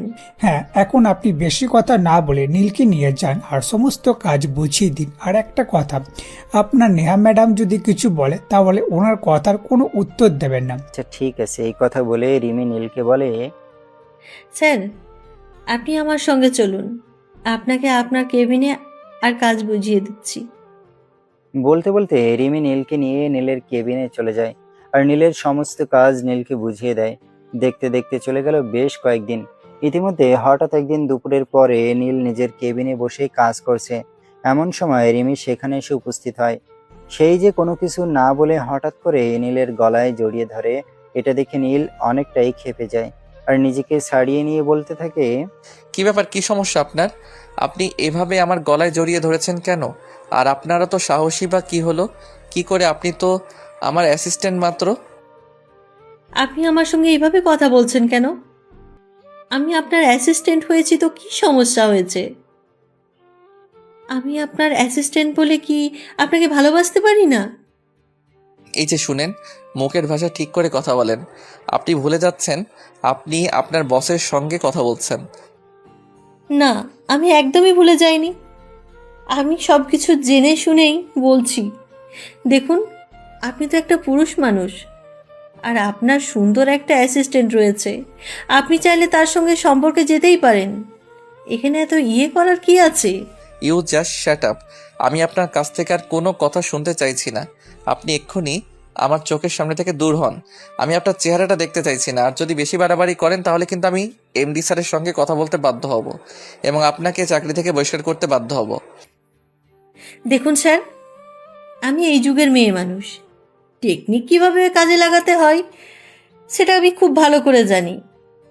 তাই আমি আপনাকে বলবো, আপনি এমন কিছু করবেন না যাতে আমি আপনার সঙ্গে খারাপ আচরণ করতে বাধ্য হই, কারণ আপনি আমাকে চেনেন না। তখন নীল ভালোভাবে বুঝতে পারে যে রিমি তাকে থ্রেট করছে। তাই নীল বুদ্ধি খাটিয়ে রিমিকে বলে, আচ্ছা, আপনি চাইছেনটা কি বলেন তো? আমি সেরকম কোনো কিছুই চাইছি না। জাস্ট এইটুকুই চাইছি আপনার সঙ্গে একটা ভালো সম্পর্ক রাখতে। দেখুন, প্রতিটা কর্মচারী চাই তার বসের সঙ্গে ভালো সম্পর্ক রাখতে। আর আমি যেহেতু আপনার অধীনস্থ হয়ে চাকরি করছি, তাই আর কি। কিন্তু আমার তো মনে হয় আপনার সঙ্গে আমার যথেষ্ট ভালো একটা সম্পর্ক রয়েছে। আপনি আমার অ্যাসিস্ট্যান্ট আর আমি আপনার বস। আমাদের দুজনের মধ্যে এর চাইতে ভালো সম্পর্ক আর কি হতে পারে? ঠিক আছে, এসব কথা বাদ দেন। আগামীকাল তো শুক্রবার। আগামীকাল একটু আপনি আমার সঙ্গে বের হতে পারবেন? কথাটা শুনতে শুনতে নেহার বাবা নীলের কেবিনে প্রবেশ করছিলেন, কিন্তু তারপরও তিনি সেদিকে কোনো পাত্তা না দিয়ে নীলকে বলে, নীল, আগামীকাল তো আমার একটা মিটিং আছে চট্টগ্রামে, আমাকে চলে যেতে হবে। তুমি একটু অফিসের দিকটা সামলে নিও। যদিও অফিসে সেরকম কোনো কাজ নেই, তবে তুমি তো জানোই সামনে ঈদ আসছে। এই কথাটা শোনা মাত্রই রিমির মুখটা মুহূর্তের মধ্যে ফ্যাকাশে হয়ে গেল। আমি কিন্তু সে এমডি স্যারের সামনে সেরকম কোনো প্রতিক্রিয়া করলো না। এমডি স্যার চলে যাওয়ার পর মুহূর্তের মধ্যে রিমি নীলের হাত ধরে বলে, স্যার প্লিজ, আপনি কি এমডি স্যারকে একটু বুঝিয়ে বলবেন যে আপনি আগামীকাল অফিসে আসতে পারবেন না? আপনার একটু পার্সোনাল কাজ আছে। মাথা খারাপ হয়েছে নাকি? আমি তো সেটাই বুঝতে পারছি না। আপনি আমার কেবিন থেকে বের হন। আর আপনাকে কিন্তু কাল অফিসে আসতে হবে না। আমি আপনাকে অফিসে দেখতে চাই না। স্যার, আপনি এসব কি বলছেন? আপনি আগামীকাল একা একা অফিসে কাজ করবেন আর আমি আসবো না? এমনটা হতে পারে নাকি? অফিসে যদি আপনার কোনো কিছুর প্রয়োজন পড়ে, তাহলে আপনাকে কে সেই বিষয়ে সহযোগিতা করবে? নীল তখন রিমির কথার কোনো উত্তর না দিয়ে চুপচাপ তার মতো কাজ শেষ করে অফিস থেকে বের হয়ে যায়। আর বাড়িতে আসতে না আসতেই নেহার সঙ্গে দেখা হয়। কি ব্যাপার মিস্টার? ইদানিং তো আপনি ভালোই ফায়দা লুটছেন, তাই না? আমি কিন্তু আপনার কথার আগা মাথা কিছুই বুঝতে পারলাম না। আপনি কি মিন করতে চাইছেন একটু সরাসরি বলবেন? এত কচি খোকা আমার কাছে সাজতে আসবেন না। এসব আমার একদমই পছন্দ নয়। আপনি কোথা থেকে উড়ে এসে জুড়ে বসেছেন? আমি সত্যিই বুঝতে পারছি না আপনি কি বলতে চাইছেন আর কি বোঝাতে চাইছেন। ও তাই নাকি? তাহলে খুলেই বলছি, আপনি আগামী কাল অফিসটা একা একা সামলাবেন। যেটা সামলানোর কথা ছিল আমার, সেই জায়গাটা আপনি নিজেই নিয়ে নিচ্ছেন। যাই হোক, দেখা যাক কোথাকার জল কোথায় গিয়ে গড়ায়। নীল ততক্ষণে বিষয়টা বুঝতে পারে নেহা কেন তারপর রেগে আছে। নেহা কোনোভাবেই চায় না নীল তাদের এখানে থাকুক আর তাদের কোম্পানিতে চাকরি করুক। তাই সে নীলকে একদমই সহ্য করতে পারে না। আর যেদিন থেকে নীল প্রোডাকশন ডিরেক্টর হিসেবে নিয়োগ করেছে, সেদিন থেকে তুমি আমাকে একদম দেখতেই পারো না। কিন্তু নীল সে কি করবে? সে তো একদম নিরুপায়, কারণ গ্রামে তার বাবা মায়ের অবস্থা খুব খারাপ। তার পড়াশোনা করাতে গিয়ে তার বাবা নিজের ভিটে বাড়িটুকু ছাড়া যাবতীয় সহায় সম্পত্তি বিক্রি করে দিয়েছেন। চাকরির জন্য অনেক জায়গায় ঘোরাঘুরি করেছে, কিন্তু কোথাও সে চাকরিটা পেয়ে উঠতে পারেনি। তাই বাধ্য হয়ে এখানে এসেছে। তাছাড়া আরও একটা কথা হলো, নীল কিন্তু এখানে এমনি এমনি আসেনি। নেহার বাবা নীলের বাবার ছোটবেলার বন্ধু ছিল, তাদের দুজনের মধ্যে ভালো একটা সম্পর্ক বিরাজমান ছিল। কিন্তু দুর্ভাগ্যবশত নীলের বাবা নেহার বাবার মতো নিজের ভাগ্যটাকে পরিবর্তন করতে পারেনি। যাই হোক, এদিকে দেখতে দেখতে রাত হয়ে গেলে সবাই ডিনার টেবিলে জয়েন করে। তখন নেহার বাবা নীলকে বলে, দেখো নীল, আমি কিন্তু তোমার উপর সম্পূর্ণ ভরসা করি, আর তোমার উপর ভরসা আছে বলি কিন্তু আমি সবকিছু তোমার উপর ফেলে রেখে একটু বাইরে যাচ্ছি। আমি যেন ফিরে এসে সবকিছু ঠিকঠাক দেখতে পাই। আঙ্কেল, আপনি আমার উপর সম্পূর্ণ ভরসা রাখতে পারেন। আমি কাজটা গুরুত্ব দিয়ে করব। তবে আপনাকে একটা কথা বলার ছিল। আপনি আমাকে এই দায়িত্বটা না দিয়ে নেহা ম্যাডামকে দিতে পারতেন। দেখো, আমি খুব ভালো করেই জানি কাকে কোন দায়িত্বটা দিতে হবে, কাকে কোন দায়িত্বটা দিলে সে দায়িত্বটা পুরোপুরিভাবে পালন করতে পারবে। তাই আমি অবস্থা বুঝি ব্যবস্থা নেই বলতে পারো। তখন নেই আর কোনো কথা বাড়ায় না, কারণ সে বড়দের সঙ্গে মুখে মুখে এত তর্ক করতে পছন্দ করে না।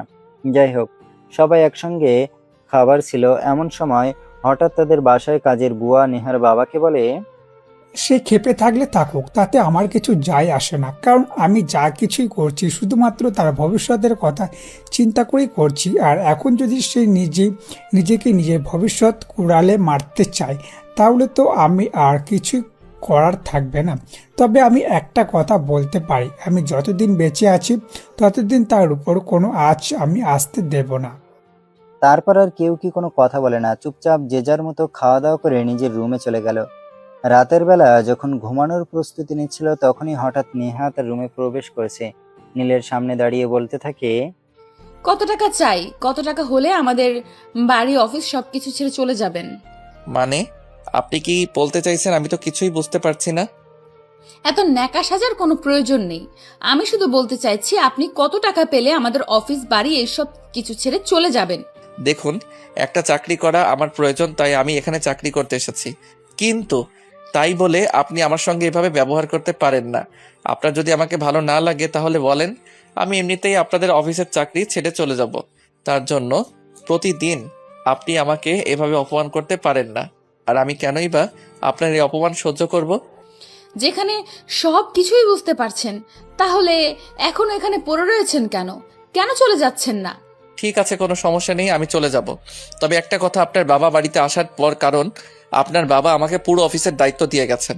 আপনার বাবা যতক্ষণ পর্যন্ত না আসছেন, আমি ওনাকে ওনার দায়িত্বটা যতক্ষণ পর্যন্ত বুঝিয়ে দিতে না পারছি, ততক্ষণ পর্যন্ত আমি কোথাও যাচ্ছি না। বাবাকে আসতে হবে কেন? আমি বলছি তো আপনাকে চলে যাওয়ার জন্য। আপনি যাচ্ছেন না কেন? আমি আছি তো, আমি সব সামলে নিতে পারবো।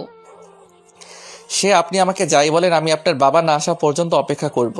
আপনার বাবা না আসা পর্যন্ত আমি কোথাও যাব না। সে আপনি আমাকে যত অপমান করতে পারেন। জানেন, আমি জীবনে অনেক বেহায়া দেখেছি, কিন্তু আপনার মতো বেহায়া আমি একটাও দেখিনি, যে হাজারটা অপমান পাওয়ার পরেও কোথাও পড়ে থাকে। আপনাকে আমি কত অপমান করছি, তারপরেও আমি আপনাকে এখান থেকে সরাতে পারছি না। বললাম তো, এত কথা বলার প্রয়োজন নেই। আপনার বাবা আসুক, আমি নিজে এখান থেকে চলে যাব। আমাকে এত অপমান করার কোনো প্রয়োজন নেই। আমাদের টাকা পয়সা না রাখতে পারে, কিন্তু মান সম্মান আছে। আমরা মান সম্মানকে অনেক শ্রদ্ধা করি। আমি তো সেই কবে থেকেই বলছি, তাহলে নির্লজ্জ বেহায়ের মতো এখানে পড়ে আছেন কেন? এতই যখন মান সম্মানের চিনতে, তাহলে তো এখান থেকে চলে গেলেই হয়। বলতে বলতে নেহা সেখান থেকে চলে যায়। আর নীল নিজের রুমে শুয়ে শুয়ে ভাবতে থাকে, কেন তার জীবনটা এমন হতে হলো। তার জীবনটা তো একটু অন্যরকম হতে পারতো, যেখানে সে নিজের মতো করে চলতে পারতো, যেখানে কখনো তাকে কোনো কথা শুনতে হতো না। এভাবে দেখতে দেখতে দিনটা কেটে গেল। পরের দিন রাতের বেলা নেহার বাবা বাড়িতে আসে, আর তিনি বাড়িতে এসে সবাইকে ডিনার টেবিলে ডাকেন। একে একে সবাই উপস্থিত হয় ডিনার টেবিলে। আর তখনই নীল তার বক্তব্য পেশ করে। আঙ্কেল প্লিজ, আপনি কিছু মনে করবেন না, কিন্তু আমাকে এই কথাটা বলতেই হচ্ছে। আমি আর আপনাদের এখানে থাকছি না। আমি চাকরি ছেড়ে অন্যত্র চলে যাব। অন্য কোথাও চাকরি করলে হয়তো আমি মাসে বেতন কম পাবো, কিন্তু তাতে আমার কোনো সমস্যা নেই। তাছাড়া সবচেয়ে বড় কথা হলো, আমি চাই না আমার কারণে আপনাদের বাবা মেয়ের মাঝে সম্পর্কের একটা দেয়াল তৈরি হোক। নীলের মুখ থেকে এ কথা শুনে নেহার বাবা খুব ভালোভাবে বুঝতে পারেন নীল এইসব কিছু মনে কষ্ট নিয়েই করছে, কারণ হয়তো নেহা তাকে কিছু বলেছে, তাই সেই রকম কথা বলছে। আর এই কারণে নেহার বাবা নেহাকে বলে, নেহা, আমি কিন্তু মিন করতে পারছি এর পেছনে তোমার হাত আছে। আমি খুব ভালোভাবেই বুঝতে পারছি আমি বাড়িতে না থাকার সুযোগটাই তুমি কাজে লাগিয়েছো। তুমি নীলকে উল্টো পাল্টা কিছু বলেছো। না আঙ্কেল, সেরকম কোনো কিছুই হয়নি। আপনি নেহা ম্যাডামকে অযথাই ভুল বুঝবেন না। আমি আমার নিজের ইচ্ছায় আপনাদের চাকরি ছেড়ে চলে যেতে চাইছি। নীল মুখে যাই কিছু বলুক, তার মনে যে এক আকাশ পরিমাণ কষ্ট লুকিয়ে রয়েছে সেটা তার চেহারা দেখেই বোঝা যাচ্ছে। তাই নেহার বাবা নীলকে বলে, এটা হবে না। আমি তোমাকে কোনোভাবেই এখান থেকে চলে যেতে দেব না। আমি তোমার বাবাকে কথা দিয়েছি, যতদিন আমি বেঁচে আছি ততদিন তুমি আমার কোম্পানিতে চাকরি করবে আর আমার বাড়িতেই থাকবে। আমি আমার কথার বড় খেলাপ কখনোই করি না, আর এখন তো করবই না। কিন্তু আঙ্কেল, আমি তো নিজে এখানে থাকতে চাই না। এখানে কথা দেওয়া নেওয়ার সম্পর্ক আসছে কোথা থেকে? আমি নিজের থেকে এখানে থেকে চলে যেতে চাই। কিন্তু নেহার বাবা তো ওনার মতামত স্পষ্ট জানিয়ে দিয়েছেন, তাই তিনি এখন আর কারো কোনো কথাই শুনবেন না। তাই বলেন, যাই যাই কিছু বলো না কেন, কাজ হবে না। আমি যেটা সিদ্ধান্ত নিয়েছি সেটাই হবে। তোমাকে এখানেই থাকতে হবে আর আমার কোম্পানিতেই চাকরি করতে হবে। আর যদি তারপর তুমি আমার কথা শুনতে না পারো, আমার কথা আমার না করে এখান থেকে চাকরি ছেড়ে চলে যাও, তাহলে আমার ম্যানেজিং ডিপার্টমেন্টে তোমার বিরুদ্ধে লিগ্যাল অ্যাকশন নেবে। তুমি যে আমাদের এই বিপদে ফেলে চলে যাচ্ছ সেটার জন্য তোমার বিরুদ্ধে থানায় জিডি করা হবে। আঙ্কেল, আমি বুঝতে পারছি না আপনি এইসব কথা কেন বলছেন। একজন ওয়ার্কার বা একজন স্টাফ চাইলে যে কোনো কোম্পানি থেকে চাকরি ছেড়ে দিয়ে অন্য কোনো কোম্পানিতে চাকরি নিতেই পারে, কিন্তু এখানে এইসব আইনি ব্যাপার স্যাপার আসছে কোথা থেকে? তুমি বর্তমানে আমার কোম্পানির প্রোডাকশন ডিরেক্টর হিসেবে আছো, আর এখন তুমি হুট করে চাকরি ছেড়ে চলে যাবে, তাতে আমার কোম্পানির যে লস হবে সেটাকে পুষিয়ে দেবে বলো? তখন নীল আর কোনো কথা বলেনি। চুপচাপ সে ডিনার শেষ করে রুমে চলে আসে। আর এর পরের দিন যখন সে বাসা থেকে বের হয় তখনই একটা ছেলে তার সামনে এসে দাঁড়ায়। এই, তুই কি শরীরের সঙ্গে প্রাণটাও নিয়ে দেশে ফিরে যাবি নাকি প্রাণটা এখানে রেখে শুধু শরীর নিয়ে ফিরে যাবি? মানে কি? আমি তো কিছুই বুঝতে পারছি না। আর এসব কথা আপনি আমাকে কেন বলছেন? বলতে বলতে ছেলেটার সঙ্গে নীলের ব্যাস কথা কাটাকাটি হচ্ছিল। এমন সময় হঠাৎ করেই নেহার বাবা সেখানে উপস্থিত হয়। আর ছেলেটাকে নীলের সঙ্গে এভাবে কথা কাটাকাটি করতে দেখে ছেলেটাকে জিজ্ঞাসা করে, এই ছেলে কে তুমি? তোমার পরিচয় কি? আমার এলাকায় ঢুকে এভাবে মাস্তানি করার সাহস তোমাকে কে দিয়েছে? জানো এই ছেলেটা কে? আমি কোনো কিছু জানি না আর জানতেও চাই না। ইনফ্যাক্ট আমি কোনো কিছু জানার প্রয়োজন মনে করি না।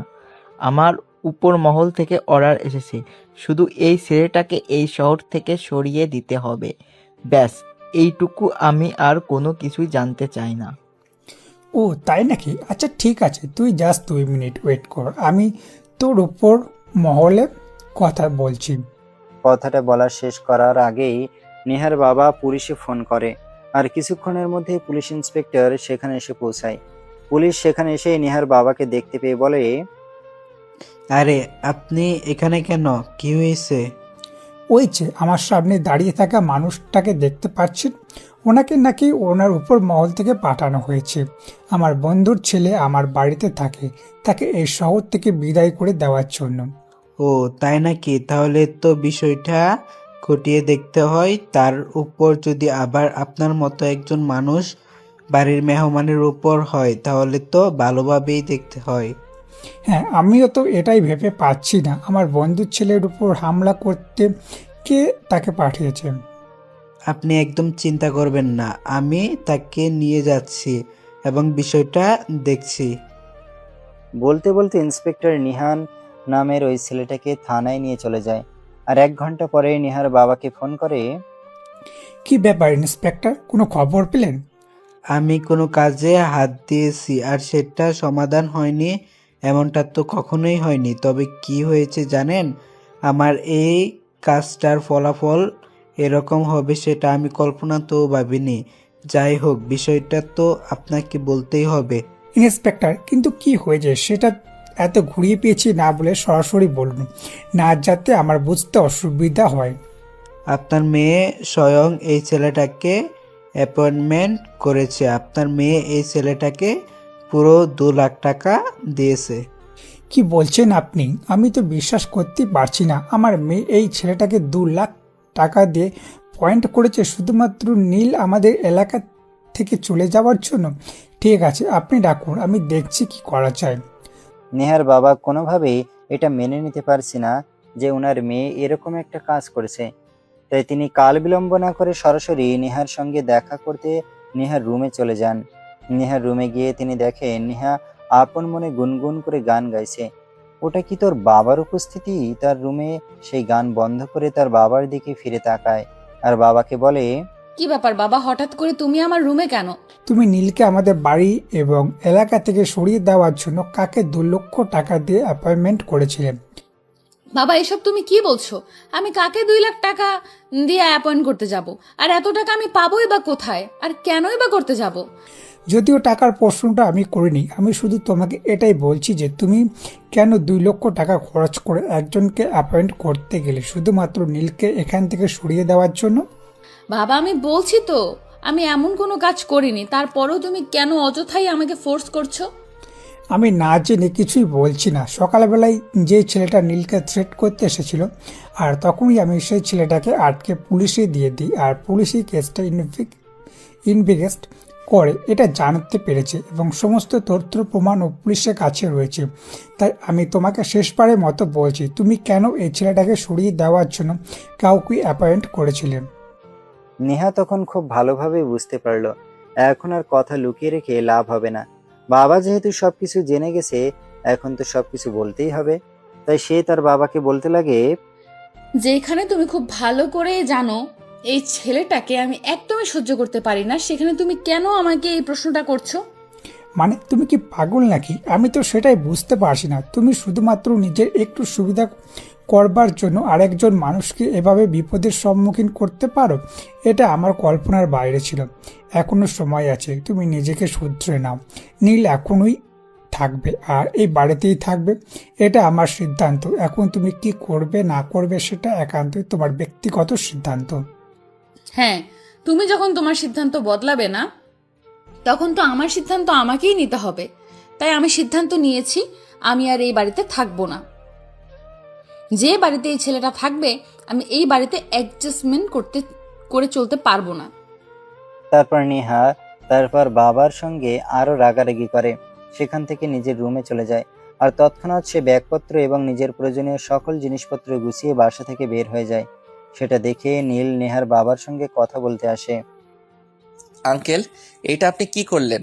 আমার জন্য আপনার নিজের মেয়ে বাসা ছেড়ে চলে যাচ্ছে, এটা দেখে সমাজের মানুষ কি বলবে? সমাজে মানুষরা কে কি বলবে না বলবে সে সব কিছুই আমি আমার উপর ছেড়ে দাও। আমি তোমাকে এসব বিষয়ে চিন্তা করতে বলিনি। তোমার এখন মনোযোগ দিয়ে চাকরিটা করা প্রয়োজন, তুমি সেটাই করো। তখন নীল আর কোনো কথা বলার সাহস পায়নি। সে নিজের রুমে চলে গিয়ে বসে বসে ভাবতে থাকে এসব কিছু তার জন্যই হলো, কিন্তু তার কিছুই করার নেই। কারণ যেখানে স্পষ্ট জানিয়ে দিয়েছে নেহার ইচ্ছে হয় তাই করতে, ওই বিষয়ে তিনি বিন্দুমাত্র আক্ষেপ প্রকাশ করেননি। নেহা সেখান থেকে বের হয়ে সোজা এক বান্ধবীর বাসায় গিয়ে ওঠে। আর নেহাকে সেখানে যেতে দেখেই তার বান্ধবী প্রশ্ন করে, কি ব্যাপার নেহা, কি হয়েছে তোর? তুই এভাবে লাগেজ গুছিয়ে কোথায় যাচ্ছিস? আমি বাসা থেকে বের হয়ে চলে এসেছি, তোদের এখানে থাকবো, তারপর একটা কিছুর বন্দোবস্ত করে চলে যাব। সেটা না হয় বুঝলাম, কিন্তু এমন কি হলো যে তোকে বাসা ছেড়ে চলে আসতে হলো? আমি কি সেটা জানতে পারি? তখন নেহা কোনো কথা না বলে চুপচাপ নিশির রুমের ভিতরে চলে যায় আর লাগেজ রেখে বিছানায় ধপাস করে শুয়ে পড়ে। সেটা দেখে নিশিও আর তাকে কোনো প্রশ্ন করেনি। দেখতে দেখতে বিকেলে ঘনিয়ে সন্ধ্যা হয়ে গেল। এমন সময় হঠাৎ নিশির বড় ভাই তার রুমে আসে। নিশির রুমে এসে দেখতে পায় নিশি আর নেহা দুজনে বিছানার উপর বসে গল্প করছে। তখনই সে নেহার দিকে একটু আড় চোখে তাকায়, যদিও নেহা সেটা খেয়াল করেনি। তারপর সে নিশিকে বলে, কি ব্যাপার নিশি, এই মেয়েটাকে তো এর আগে কখনো আমাদের বাড়িতে দেখা যায়নি। তুমি তো বাড়িতেই থাকো না, তাহলে দেখবে কি করে? এটা আমার বন্ধু, কয়েকদিনের জন্য আমাদের এখানে এসেছে, কয়েকদিন আমাদের এখানে থাকবে। ও আচ্ছা, বুঝতে পেরেছি। আচ্ছা ঠিক আছে, আমি আসছি। কথাটা বলেই নিলয় নেহার দিকে একটা রাক্ষসের দৃষ্টি নিক্ষেপ করে সেখান থেকে চলে গেল, যেন সে চোখ দিয়েই নেহাকে অর্ধেকটা গিলে খেয়ে ফেলেছে। এমন ভাবে তাকিয়েছিল যেন সে এর আগে কখনো এরকম সুন্দরী মেয়ে মানুষের দেখেনি। যাই হোক, এরপর দেখতে দেখতে 2 দিন চলে গেল। ইতিমধ্যে নেহা সেরকম কিছুই টের পেল না। সেদিন বিকেলবেলা নিশি কোনো একটা কাজে বাইরে গেছে। নেহা রুমে একা একা বসে আছে। এমন সময় নিশির বড় ভাই সেই রুমে আসে। সে জেনে শুনেই রুমে আসে। নিশি একটু আগে বাইরে চলে গেছে, সেটা সে দেখেছে, আর সেজন্যই সে এই সময়টাকে কাজে লাগাতে চেয়েছে। নিলয় রুমের ভেতর প্রবেশ করে দরজাটা একটু চাপাতে চেয়েছে। এমন সময় দরজাটা একটু শব্দ করে ওঠে, আর তখনই নেহা পিছন ফিরে তাকিয়ে দেখে নিশির বড় ভাই দাঁড়িয়ে আছে। ওনাকে এভাবে দেখে নেহা অনেকটা অপ্রস্তুত হয়ে বলে, কি ব্যাপার ভাইয়া, আপনি এই অসময়ে এই রুমে কেন? নিশি তো এখন বাড়িতে নেই, কোনো একটা দরকারি কাজে বাইরে গেছে। হ্যাঁ, সেটা আমি খুব ভালো করেই জানি, আর সেজন্যই তোমার সঙ্গে একটু কথা বলতে এসেছি। তোমার সঙ্গে আমার একটা পার্সোনালি কথা আছে। কি বলেন ভাইয়া, আপনি আমার সঙ্গে তো এটা কি কখনো আমি কথাই হয়নি, আর এখন আপনি বলছেন আমার সঙ্গে আপনার পার্সোনাল কথা আছে। আমি তো আসলে বুঝতেই পারছি না আপনি কি এমন পার্সোনাল কথা বলতে চাইছেন। হ্যাঁ, আমি বললাম তো তোমার সঙ্গে পার্সোনাল কথা আছে, আর আছে বলেই তো তোমার সঙ্গে কথা বলতে এসেছি, তাই না? তখন নেহা বলতে থেকে, আচ্ছা ঠিক আছে, কথা বলবে ভালো কথা, কিন্তু দাঁড়িয়ে কেন? বসে কথা বলার জন্য।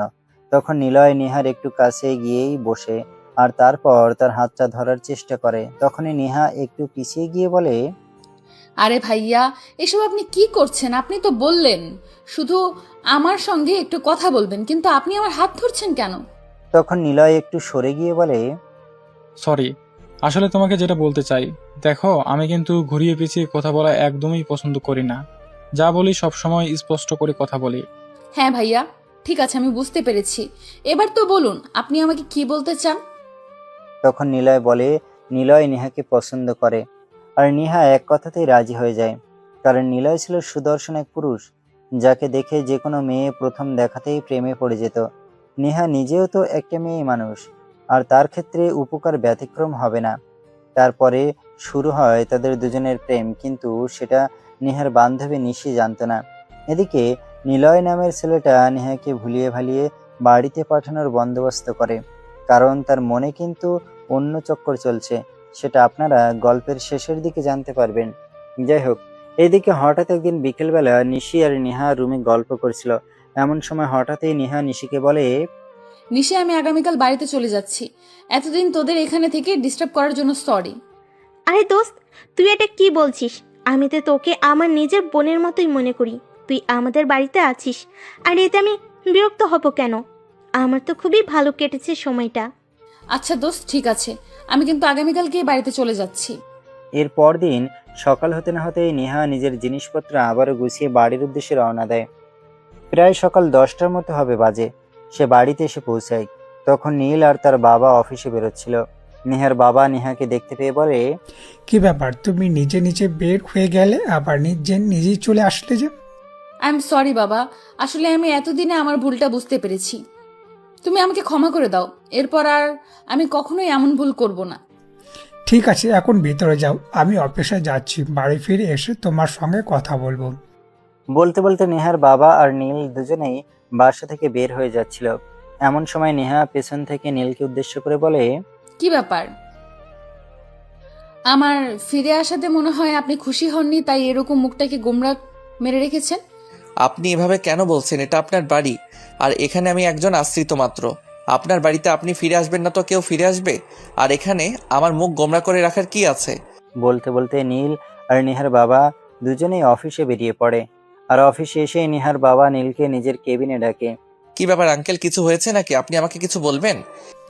হ্যাঁ, আমি তোমাকে গুরুত্বপূর্ণ কিছু কথা বলতে চাই, তুমি আমার কথাগুলো মনোযোগ দিয়ে শোনো। নেহা ফিরে এসেছে, এর মানে এই নয় যে সে ভালো হয়ে গেছে, কারণ মেয়েটা তো আমার, তার শরীরের প্রত্যেকটা শিরা উপশিরা আমার রক্তে বইছে। তাই আমি খুব ভালো করেই জানি সে কোনো একটা উদ্দেশ্য নেই ফিরে এসেছে। এসব আপনি কি বলছেন আঙ্কেল? আপনার মেয়ে আপনার বাড়িতে ফিরে এসেছে, এখানে আবার কি উদ্দেশ্য থাকতে পারে? তখন নেহার বাবা নীলকে বলে, কেন জানি ওনার মনে কিছু একটা ডাউট হচ্ছে। নেহার মনে হয়তো কিছু একটা চলছে, তাই নেহা ফিরে এসেছে। নয়তো নেহা প্রচন্ড জেদি একটা মেয়ে, এসে এত তাড়াতাড়ি ফিরে আসতো না। এইসব কথা শুনে নীল নেহার বাবাকে বলে, আচ্ছা ঠিক আছে আঙ্কেল, আপনার যদি এরকম কিছু ডাউট হয়ে থাকে তাহলে আমি সব সময় অ্যালার্ট থাকবো। তবে আমার মনে হয় না উনি এরকম কিছু করবেন, কারণ এটা ওনার বাড়ি, এখানে থাকার ওনার সম্পূর্ণ অধিকার রয়েছে। তাই উনি কেন এরকম কিছু করতে যাবেন? বলতে বলতে নীল নেহার বাবার কেবিন থেকে বের হয়ে চলে যায়, কিন্তু নেহার বাবার মনের মাঝে শুধু একটাই কথা ঘুরপাক করতে থাকে। নেহা যখন ফিরে এসেছে তখন সে কিছু একটা উদ্দেশ্য নিয়েই ফিরে এসেছে। তার মনের মধ্যে নিশ্চয়ই কিছু একটা চলছে, আর সেটা যেভাবেই হোক জানতেই হবে। এদিকে নেহা বাড়িতে ফিরে এসেছে আজ 4 দিন। এর মধ্যেই হঠাৎ একদিন নিলয় নেহাকে ফোন করে। হ্যালো জানেমান, কি করছিলে? কি আর করব, তুমি তো আমাকে ভুলিয়ে ভালিয়ে বাড়িতে পাঠিয়ে দিলে, এখন তো আর আমার সঙ্গে দেখা করার নামটাও নিচ্ছ না। আমি তো তোমাকে না দেখে থাকতেই পারছি না, আমার খুব কষ্ট হচ্ছে। কষ্ট তো আমারও হচ্ছে, কিন্তু কি করব বলো? আমি তো আর চাইলেও তোমার কাছে চলে আসতে পারবো না, কারণ তুমি তো আর এখন আমাদের বাড়িতে নেই, তোমাদের বাড়িতে চলে গেছো। আর তোমাদের বাড়িতে তো আমি এভাবে চলেও যেতে পারি না। হ্যাঁ, সেটা তো আমি খুব ভালো করেই জানি। আমরা কি কোথাও বাইরে দেখা করতে পারি না? তখন নিলয় নেহাকে একটা অফিস হবে চলে আসতে বলে, আর নেহা সেই কথাটা শোনা মাত্রই তৎক্ষণাৎ রেডি হয়ে নেয় আর বাসা থেকে বেরিয়ে পড়ে। বাসা থেকে বের হওয়ার সময় তাদের বাসার বুয়া তাকে বলেছিল, আমি কোথায় যাচ্ছি না যাচ্ছি সেই বিষয়ে আমি তো তোকে কৈফিয়ত দেব না, আর তোর যা ইচ্ছে তুই তাই কর। আমাকে জিজ্ঞেস করছিস কেন? আমি রাতের খাবার বাইরে থেকে ফিরে আসব। তখন তাদের বাড়ির কাজের মেয়েটা আর কোনো কথা বলেনি, কারণ সে খুব ভালো করেই জানে নেহাকে আর কিছু বলতে গেলে তাকে আরো অনেক কটু কথা শুনতে হবে, যেগুলোর জন্য সে মোটেও প্রস্তুত নয়। তাই সে আর কোনো কথা না বলে চুপ রইল। এদিকে নেহা বাসা থেকে বের হয়ে সোজা কফি সাথে চলে আসে। এসেই দেখে নিলয় তার জন্য ওয়েট করছিল।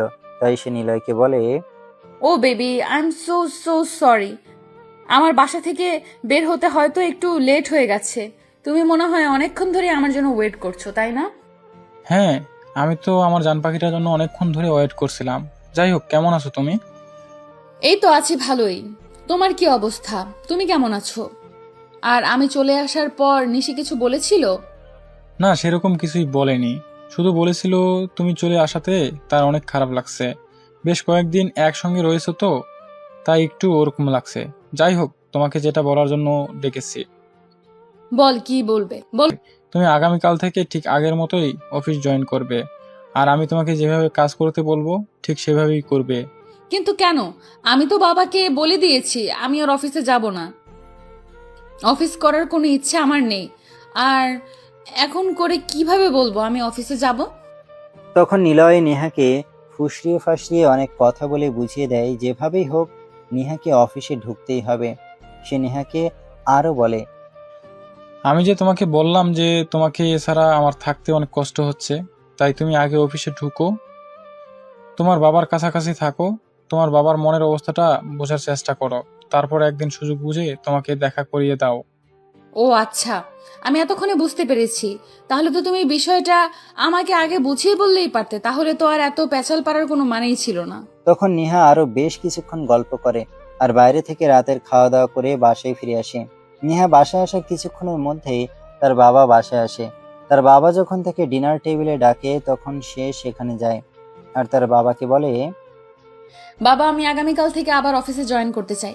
আমি চাই এখন তুমি আমাকে বলবে যে আগে আমি নিজের ইচ্ছায় অফিস থেকে বের হয়ে এসেছি, আর এখন কেন আবার অফিসে ঢুকতে চাচ্ছি। হ্যাঁ, এরকম প্রশ্ন করাটাই তো স্বাভাবিক। কেন, তুমি কি এমন প্রশ্ন সম্মুখীন হতে প্রস্তুত নাও? হ্যাঁ, আমি সম্পূর্ণ প্রস্তুত। তবে আগে তুমি আমার কথাটা শোনো। দেখো, আমি তো তোমার একমাত্র মেয়ে। তোমার সকল সম্পত্তির উপর শুধুমাত্র আমার অধিকার রয়েছে। তুমি না থাকাকালীন সবকিছু তো আমারই থাকবে। তাই এখন আমি আবার অফিসে জয়েন করতে চাইছি।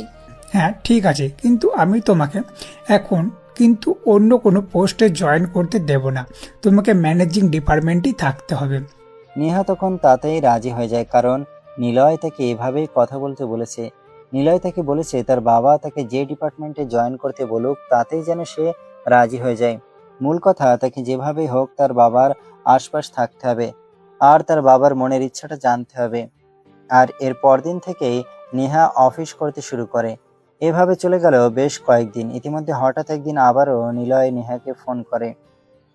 তো সুইটহার্ট, ওদিকের কি অবস্থা? এখন কি আমি চাইলে তোমার বাবার সঙ্গে দেখা করতে পারি? এদিকের আবহাওয়া তো মোটামুটি ভালোই মনে হচ্ছে। একটা কাজ কর, তুমি আগামীকাল একবার আমাদের অফিসে চলে এসো, সেখানে আমি তোমাকে বাবার সঙ্গে কথা বলিয়ে দেওয়ার চেষ্টা করছি। আচ্ছা ঠিক আছে, আমি কিন্তু আগামীকাল বিকেল 3টার সময় তোমাদের অফিসে উপস্থিত থাকবো। বলতে বলতে নিলয় ফোনটা কেটে দেয়। আর এদিকে নেহা রাতে তার বাবার সঙ্গে কথা বলতে যায়। বাবা, আগামীকাল তোমার সঙ্গে আমার এক বন্ধু দেখা করতে আসবে। আচ্ছা ঠিক আছে, সে জানা হয় বুঝলাম, কিন্তু তোমার কেমন বন্ধু, মানে তার সঙ্গে তোমার কেমন সম্পর্ক? সে ছেলে না মেয়ে? সে কি আমার সঙ্গে কোনো দরকারি কথা বলতে আসবে নাকি এমনিতেই দেখা করতে আসবে? বাবা, তুমি আমাকে এত প্রশ্ন কেন করছো? সেটা তুমি তো আগামীকাল তার সঙ্গে যখন দেখা হবে তখনই জানতে পারবে। আমি এখন তোমাকে এইসব ব্যাপারে কিছুই বলতে চাইছি না। বলতে বলতে নেহা সেখান থেকে চলে যায়। আর পরের দিন ঠিক বিকাল 3টার সময় নিলয় তাদের অফিসে আসে। প্রথমে সে নেহার চেম্বারে যায়। Excuse me madam, may I come in? Neha একটা কাজ করছিল তখন। এসে মাথা ঘুরিয়ে তাকিয়ে দেখে নিলয় তার কেবিনের দরজার সামনে দাঁড়িয়ে আছে। তখন সে নিলয়ের দিকে তাকিয়ে বলতে থাকে, আরে মাই ডিয়ার সুইট হার্ট, তুমি আমার কেবিনে এসেছো আর ভেতরে প্রবেশ করার জন্য অনুমতি চাইছো? এমনটা হতে পারে নাকি? প্লিজ ভেতরে এসো। তখন নিলয় হৃদয়ে প্রবেশ করে তার সঙ্গে সঙ্গে নেহাকে জড়িয়ে ধরে। আর তখনই নেহার ঠোঁটে একটা কিস করে। নেহা তখন নিজেকে কোনো রকমে ছাড়িয়ে নিয়ে বলতে থাকে, আরে এটা তুমি কি করছো? এটা আমার অফিস, এখানে এরকম করা যায় নাকি? উফ ডার্লিং, সেই কথা দিন ধরে তোমাকে একটুও দেখি না, তোমাকে একটু কাছ থেকে ছুতে পারি না। আমি তো তোমাকে ছাড়া থাকতেই পারছিলাম না। এখন আমি কি করব, তুমি নিজেই সেটা বলো না। তাই বলে তুমি আমার অফিসে এসে এরকম করবে নাকি? আচ্ছা ঠিক আছে, বসো। তুমি কি খাবে বলো? যদিও আমার তোমাকেই খাওয়ার ইচ্ছা, কিন্তু সেটা তো আর পূরণ হবে না। আপাতত 1 কাপ কফি হলেই চলবে। কথাটা বিড়বিড় করে বলছিল নিলয়, তাই নেহা বসতে পারেনি। তাই সে জিজ্ঞাসা করে, কি ব্যাপার? তুমি আমাকে বিড়বিড় করে কি বলছো? কি বলবে স্পষ্ট করে বলো। তুমি তো জানোই বিড়বিড় করে কথা বললে আমি বুঝতে পারি না। নিলয় তখন কিছুটা আন্দাজ করতে পারে নেহা হয়তো তার বলা কথাটা একটু হলেও শুনতে পেরেছে। তাই সে কথা ঘুরিয়ে দেওয়ার জন্য বলে, কই, আমি আবার কি বললাম? আমি তো শুধু বললাম 1 কাপ কফি হলেই চলবে। তুমি কি ইদানিং কানে কম শুনতে পাও নাকি? হ্যাঁ, হতেই পারে। হয়তো তুমি কাছে নেই, তাই হয়তো কানে একটু কম শুনতে পাচ্ছি। যাই হোক, তুমি বসো, আমি এক্ষুনি কফির ব্যবস্থা করছি। তারপর দুজনে বসে গল্প করতে থাকে। আর এদিকে নেহা তাদের অফিসের পিয়নকে দিয়ে কফি আনানোর ব্যবস্থা করে। কফি খেতে খেতে নিলয় নেহাকে বলে, তুমি তোমার বাবার সঙ্গে আমাদের সম্পর্কের বিষয়ে কিছু বলেছ, মানে বিয়ের বিষয়ে কথা বলছি। না, আমি এখনো সেরকম কিছুই বলিনি। আর তুমি তো জানোই আমি একটা মেয়ে মানুষ, আর একটা মেয়ে হয়ে কিভাবে নিজের বাবার সঙ্গে বিয়ের বিষয়ে কথা বলি বলো? ওকে মাই ডিয়ার, কোনো সমস্যা নাই। আমি যখন চলে এসেছি তখন আমি নিজেই সবটা সামলে নেব। তোমাকে কোনো চিন্তা করতে হবে না। এখন চলো আমাকে নিয়ে তোমার বাবার কেবিনে। তখন নেহা আর এক মুহূর্ত দেরি না করে নিলয়কে নিয়ে তার বাবার কেবিনে চলে যায়। কিন্তু তার বাবা তখন নীলের সঙ্গে একটা গুরুত্বপূর্ণ বিষয় নিয়ে আলোচনা করছিল। সেটা দেখে নেহা একটু ক্ষেপে যায়। কিন্তু নিলয় চোখের ইশারায় নেহাকে ঠান্ডা হতে বলে। তাই নেহা নিজেকে একটু শান্ত করে তার বাবাকে বলে, বাবা, আমি তো তোমাকে বলেছিলাম আমার এক বন্ধু তোমার সঙ্গে দেখা করতে আসবে। এই যে আমি তাকে নিয়ে এসেছি, সে তোমার সঙ্গে কিছু বলতে চায়। হ্যাঁ ঠিক আছে, তুমি তাকে নিয়ে একটু ওয়েটিং রুমে বসো। আমি নীলের সঙ্গে একটা গুরুত্বপূর্ণ বিষয় নিয়ে আলোচনা করছি, সেটা সেরে তোমাদের সঙ্গে কথা বলছি। বাবা, তোমার কি হয়েছে বলো তো? আমার একটা বন্ধু তোমার সঙ্গে একটা গুরুত্বপূর্ণ বিষয় নিয়ে আলোচনা করতে এসেছি, আর এখন কিনা তুমি বলছো তুমি নীলের সঙ্গে গুরুত্বপূর্ণ বিষয় নিয়ে আলোচনা করছো। আমার চাইতে এখন তোমার কাছে এই ছেলেটাই বেশি গুরুত্বপূর্ণ? এত গুরুত্ব দাও? তখন পাশ থেকে নিলয় বলে ওঠে, হ্যাঁ, এত অস্থির কেন হচ্ছে? উনি তো একটা গুরুত্বপূর্ণ বিষয় নিয়ে আলোচনা করছেন। চলো আমরা ওয়েটিং রুমে গিয়ে বসে ওনার আলোচনা শেষ করুক, তারপরে না হয় আমরা ওনার সঙ্গে কথা বলবো। তারপর নিলয় নেহাকে নিয়ে বাইরে চলে যায়। আর তার বাবার কথা বলা শেষ হলে নীল কেবিন থেকে বের হয়। আর তাকে দেখে তারা দুজন কেবিনে প্রবেশ করে। হ্যাঁ, এবার বলো তোমরা কি বলতে চাও? কথাটা শোনা মাত্রই নেহা কিছু বলতে চাইলে নেহাকে থামিয়ে দিয়ে নিলয় বলতে শুরু করে, আঙ্কেল, আমি নিলয়। আপনার মেয়ের সঙ্গে আমার একটা রিলেশন রয়েছে। বলতে পারেন আমরা দুজনে এই মুহূর্তে একটা ভালো পর্যায়ে রয়েছি। এখন আপনি চাইলে আমরা সেই সম্পর্কটাকে বিয়েতে রূপান্তরিত করতে চাই। এমন কথা শুনে নেহার বাবার মধ্যে সেরকম কোনো পরিবর্তন হয়েছে বলে মনে না হলেও তিনি নিজেকে শান্ত রেখে বলেন, দেখো, বিয়ের শাদির ব্যাপারে তো হুট করে সিদ্ধান্ত নেওয়া যায় না, ভেবেচিন্তে সিদ্ধান্ত নিতে হয়। তাছাড়া নেহা আমার একমাত্র মেয়ে, তাকে আমি তার উপযুক্ত ছেলের হাতেই তুলে দিতে চাই। আঙ্কেল, আপনি আমাকে সম্পর্ক ভরসা করতে পারেন, আর আমি বুঝতে পারছি আপনি কোন বিষয়টা নিয়ে চিন্তা করছেন। আপনার ব্যবসা, তাই তো আপনি আমার উপর সম্পূর্ণ ভরসা করতে পারেন। আমি আপনার ব্যবসাটা সঠিকভাবে পরিচালনা করতে পারবো। তাছাড়া আপনার তো কোনো ছেলে সন্তান নেই। বিয়ের পর যা আছে সব তো নেহার থাকবে, আর নেহার মানেই তো আমার। আর নিজের জিনিসটাকে সবাই খুব ভালোভাবে আগলে রাখতে জানে। নেহার বাবা তখন একটু মুচকি হেসে ছেলেটাকে উত্তর দেয়, হ্যাঁ, সেটা আমি খুব ভালো করেই জানি। যাই হোক, তুমি এখন আসো। আর বিয়েটা তো ছেলে খেলা নয়, বিয়েটা তো একটু চিন্তা ভাবনার বিষয়, তাই আমি ভেবে চিন্তে তোমাকে জানাবো। আঙ্কেল, এত চিন্তা ভাবনার কি আছে? আমরা দুজন একে অপরকে পছন্দ করি, এটাই কি যথেষ্ট নয়? আমাদের ভালোবাসার কি কোনো মূল্য নেই আপনার কাছে? কেন আপনি এত চিন্তা ভাবনা করতে চাইছেন? তোমাদের ভালোবাসার কোনো মূল্য নেই, সেটা আমি কখন বললাম? শুধু বললাম বিয়েটা ছেলে খেলা নয়, বিয়েটা সারা জীবনের একটা বন্ধন। আমি আমার মেয়েকে কার হাতে তুলে দেব সেটা আমাকে অবশ্যই ভেবে দেখতে হবে। আর নেহা, আজ ডিনার টেবিলে তুমি আমার সঙ্গে দেখা করবে, তোমার সঙ্গে আমার কথা আছে। তারপর নেহা আর নিলয় দুজনে কোনো কথা না বলে চুপচাপ তার বাবার থেকে বের হয়ে চলে যায়। এদিকে রাতের বেলা সবাই যখন ডিনার টেবিলে আসে তখন নেহার বাবার নেহাকে বলে, নেহা, তুমি ওই ছেলেটার সঙ্গে আর কোনো সম্পর্ক রাখবে না, কারণ আমি অন্য একজনের সঙ্গে অনেক দিন আগেই তোমার বিয়ে ঠিক করে রেখেছি। বাবা, তোমার কি মাথা খারাপ হয়ে গেছে নাকি? আমি এই যুগের মেয়ে, আমি চাইলেই আমার পছন্দ মতো কাউকে বিয়ে করতে পারি। আর সেখানে তুমি কিনা বলছো তুমি অনেকদিন আগেই একজনের সঙ্গে আমার বিয়ে ঠিক করে রেখেছো। হ্যাঁ, কেন? আমার কথাটা শুনতে তোমার খুবই খারাপ লাগছে নাকি?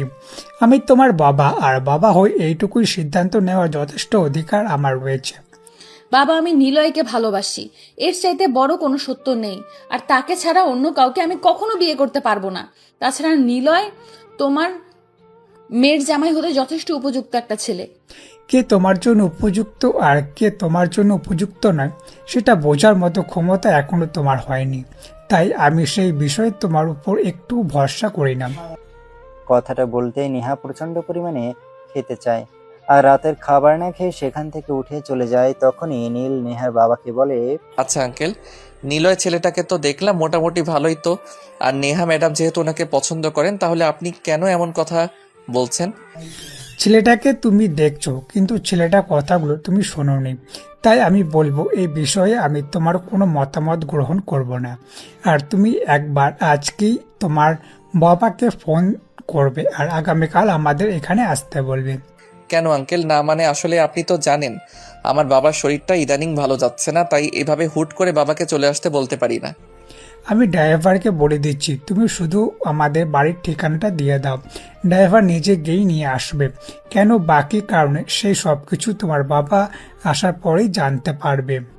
তখন নীল আর কোনো কথা বলেনি, চুপচাপ নিজের রুমে চলে যায়।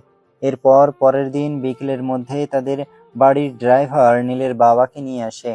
রাতের বেলা নেহার বাবা সবাইকে ড্রয়িং রুমে ডাকে, নেহাও সেখানে উপস্থিত হয়। কি ব্যাপার, কি হয়েছে? তুমি সবাইকে ডেকেছো কেন? আর এই বয়স্ক লোকটা কে? এনাকে তো আগে দেখিনি। উনি তোমার হবু শ্বশুর মশাই, ওনাকে সালাম করো। কথাটা শোনা মাত্রই উপস্থিত সবাই অনেকটা হতভম্ব হয়ে যায়।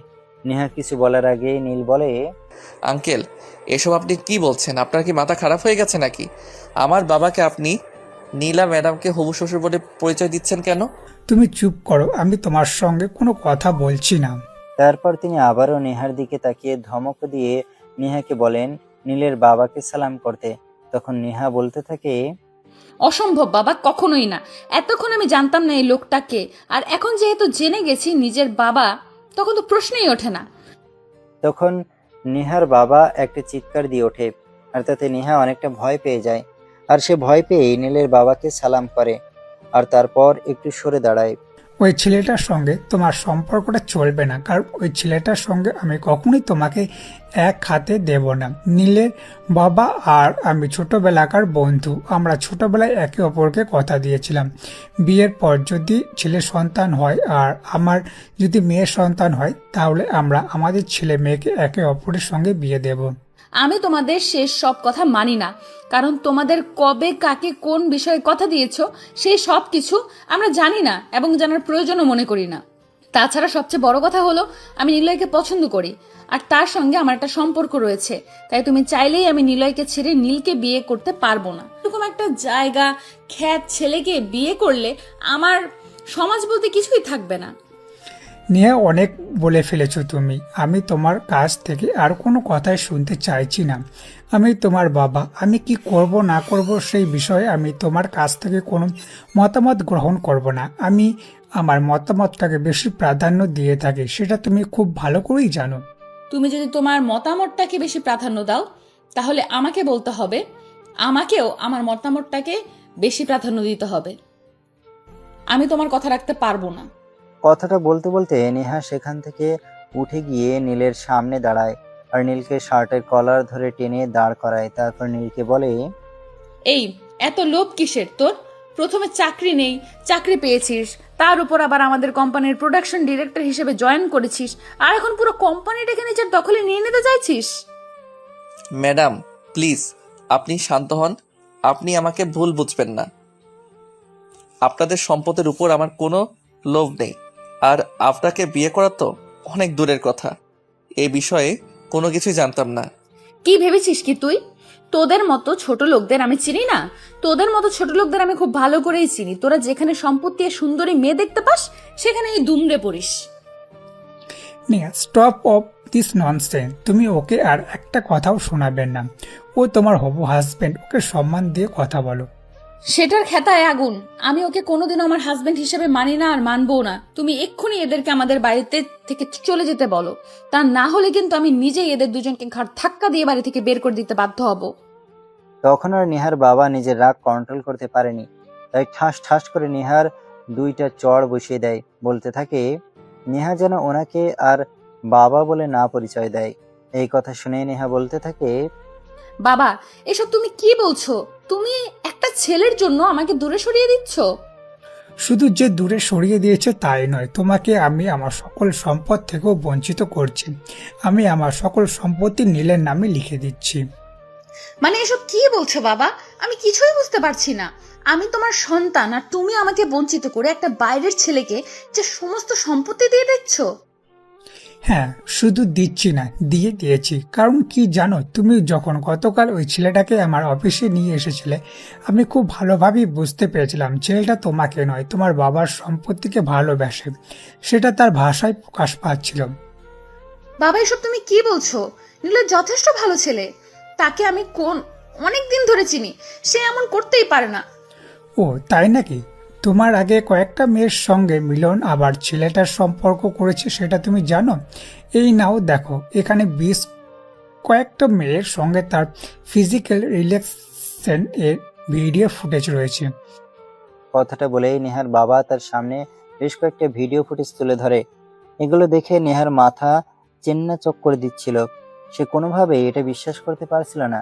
তখনই সেখানে চুপ করে বসে পড়ে। সে কি বলবে কিছুই ভেবে পাচ্ছে না। তার বাবার সামনে একটা ছেলের জন্য তার মাথাটা এতটা নিচে যে হবে এটা সে ভাবতেই পারেনি। তখন তার বাবা তাকে বলে, কি ব্যাপার, এবার আশা করি তোমার ভুল হয়ে গেছে। এবার আর নিশ্চয়ই তোমার নীলকে বিয়ে করতে কোনো অসুবিধা নেই। ওনার অসুবিধা নাই থাকতে পারে, কিন্তু আমার অসুবিধা আছে। আমি ওনাকে বিয়ে করতে পারবো না, কারণ আমি ওনাকে বিয়ে করার যোগ্যই না। আমি ওনার মতো হাই সোসাইটিতে বিলং করি না। আমি ওনার মতো চলাফেরাও করতে পারি না, নাইট ক্লাবে যেতে পারি না, আরো অনেক কিছু। তখন নেহা মাথাটা নিচু করে আস্তে আস্তে বিনয়ের সঙ্গে নীলের হাত দুটো ধরে বলে, প্লিজ নীল, আমাকে তুমি ক্ষমা করে দাও তোমাকে ভুল বুঝবার জন্য, এতগুলো কথা শোনাবার জন্য। I am so sorry, please আমাকে ক্ষমা করে দাও। না ম্যাডাম, ক্ষমা তো আপনি আমাকে করবেন। আমি আপনাদের বাপ মেয়ের মাঝখানে চলে আসাতে আপনাদের মধ্যে অনেক সমস্যা হয়েছে। আমি চাই না আপনাদের মধ্যে আর কোনো সমস্যা হোক। সবার সব কথা শুনে নীলের বাবা নীলকে বলে, তাই নীলা, তুই এমন কেন করছিস? সবাই বলছে, তারপরও তুই কেন কথাটা মেনে নিচ্ছিস না? বাবা, তুমিও এই কথা বলছো? হ্যাঁ বলছি, আর তোকে রিকোয়েস্ট করেই বলছি। ওরা যা কিছু করছে না কেন কাট ওরা যা কিছু করছে না করছে, তুই সব কিছুই ভুলে যা। সব ভুলে আমাদের দুই বন্ধুর দেওয়া কথা রক্ষা কর। কাট। হ্যাঁ নীল, তোমার বাবা একদম ঠিক কথাই বলছে। যাই কিছু হয়েছে না হয়েছে, তুমি অত্যন্ত আমাদের দুই বন্ধুর কথা চিন্তা করে সব কিছু ভুলে যাও আর নীলকে অ্যাকসেপ্ট করে নাও। ওকে, আপনি বলছেন আর আমার বাবা যেহেতু বলেছে তাই আমি এটা মেনে নিলাম। তবে একটা কথা, আমি আপনার মেয়েকে বিয়ে করব ঠিকই, কিন্তু আপনার কোম্পানির মালিকানা আমি নিতে পারবো না। আপনার কোম্পানিতে আমি যেমন একজন স্টাফ হয়ে কাজ করছি সেরকমই থাকবো, নয়তো আমার কোনোটাই চাই না। তখন নেহার বাবা নেহাকে বলে, দেখলে তো লোভ ভালোবাসা কোথায় লুকিয়ে থাকে। লোক আর ভালোবাসার মধ্যে এই দুটাকে তফাৎ। নিলয় নামের ছেলেটা শুধু তোর বাবার সম্পত্তির উপর লোভ করেছিল, কিন্তু নীলকে দেখে তোর বাবার সম্পত্তির উপর তার বিন্দু মাত্র লোভ নেই। হ্যাঁ বাবা, বুঝতে পেরেছি। আর এত দেরি করে বোঝার জন্য আই এম সো সরি। তোমরা সবাই প্লিজ আমাকে ক্ষমা করে দিও। তারপর আর কি, মিয়া বিবি রাজি তো কিয়া করেগা কাজী। নেহার বাবা কয়েকদিনের মধ্যেই মহা ধুমধামের সঙ্গে নীল আর নেহার বিয়ের কাজটা সুসম্পন্ন করে। আর বিয়ের পর নেহাও বুঝতে পারে সে নিলয়ের কাছে নয়, নীলের কাছেই ভালো আছে। যাই হোক ভিউয়ার্স, গল্পটা এই পর্যন্ত ছিল। কেমন হয়েছে কমেন্ট করে জানাতে ভুলবেন না।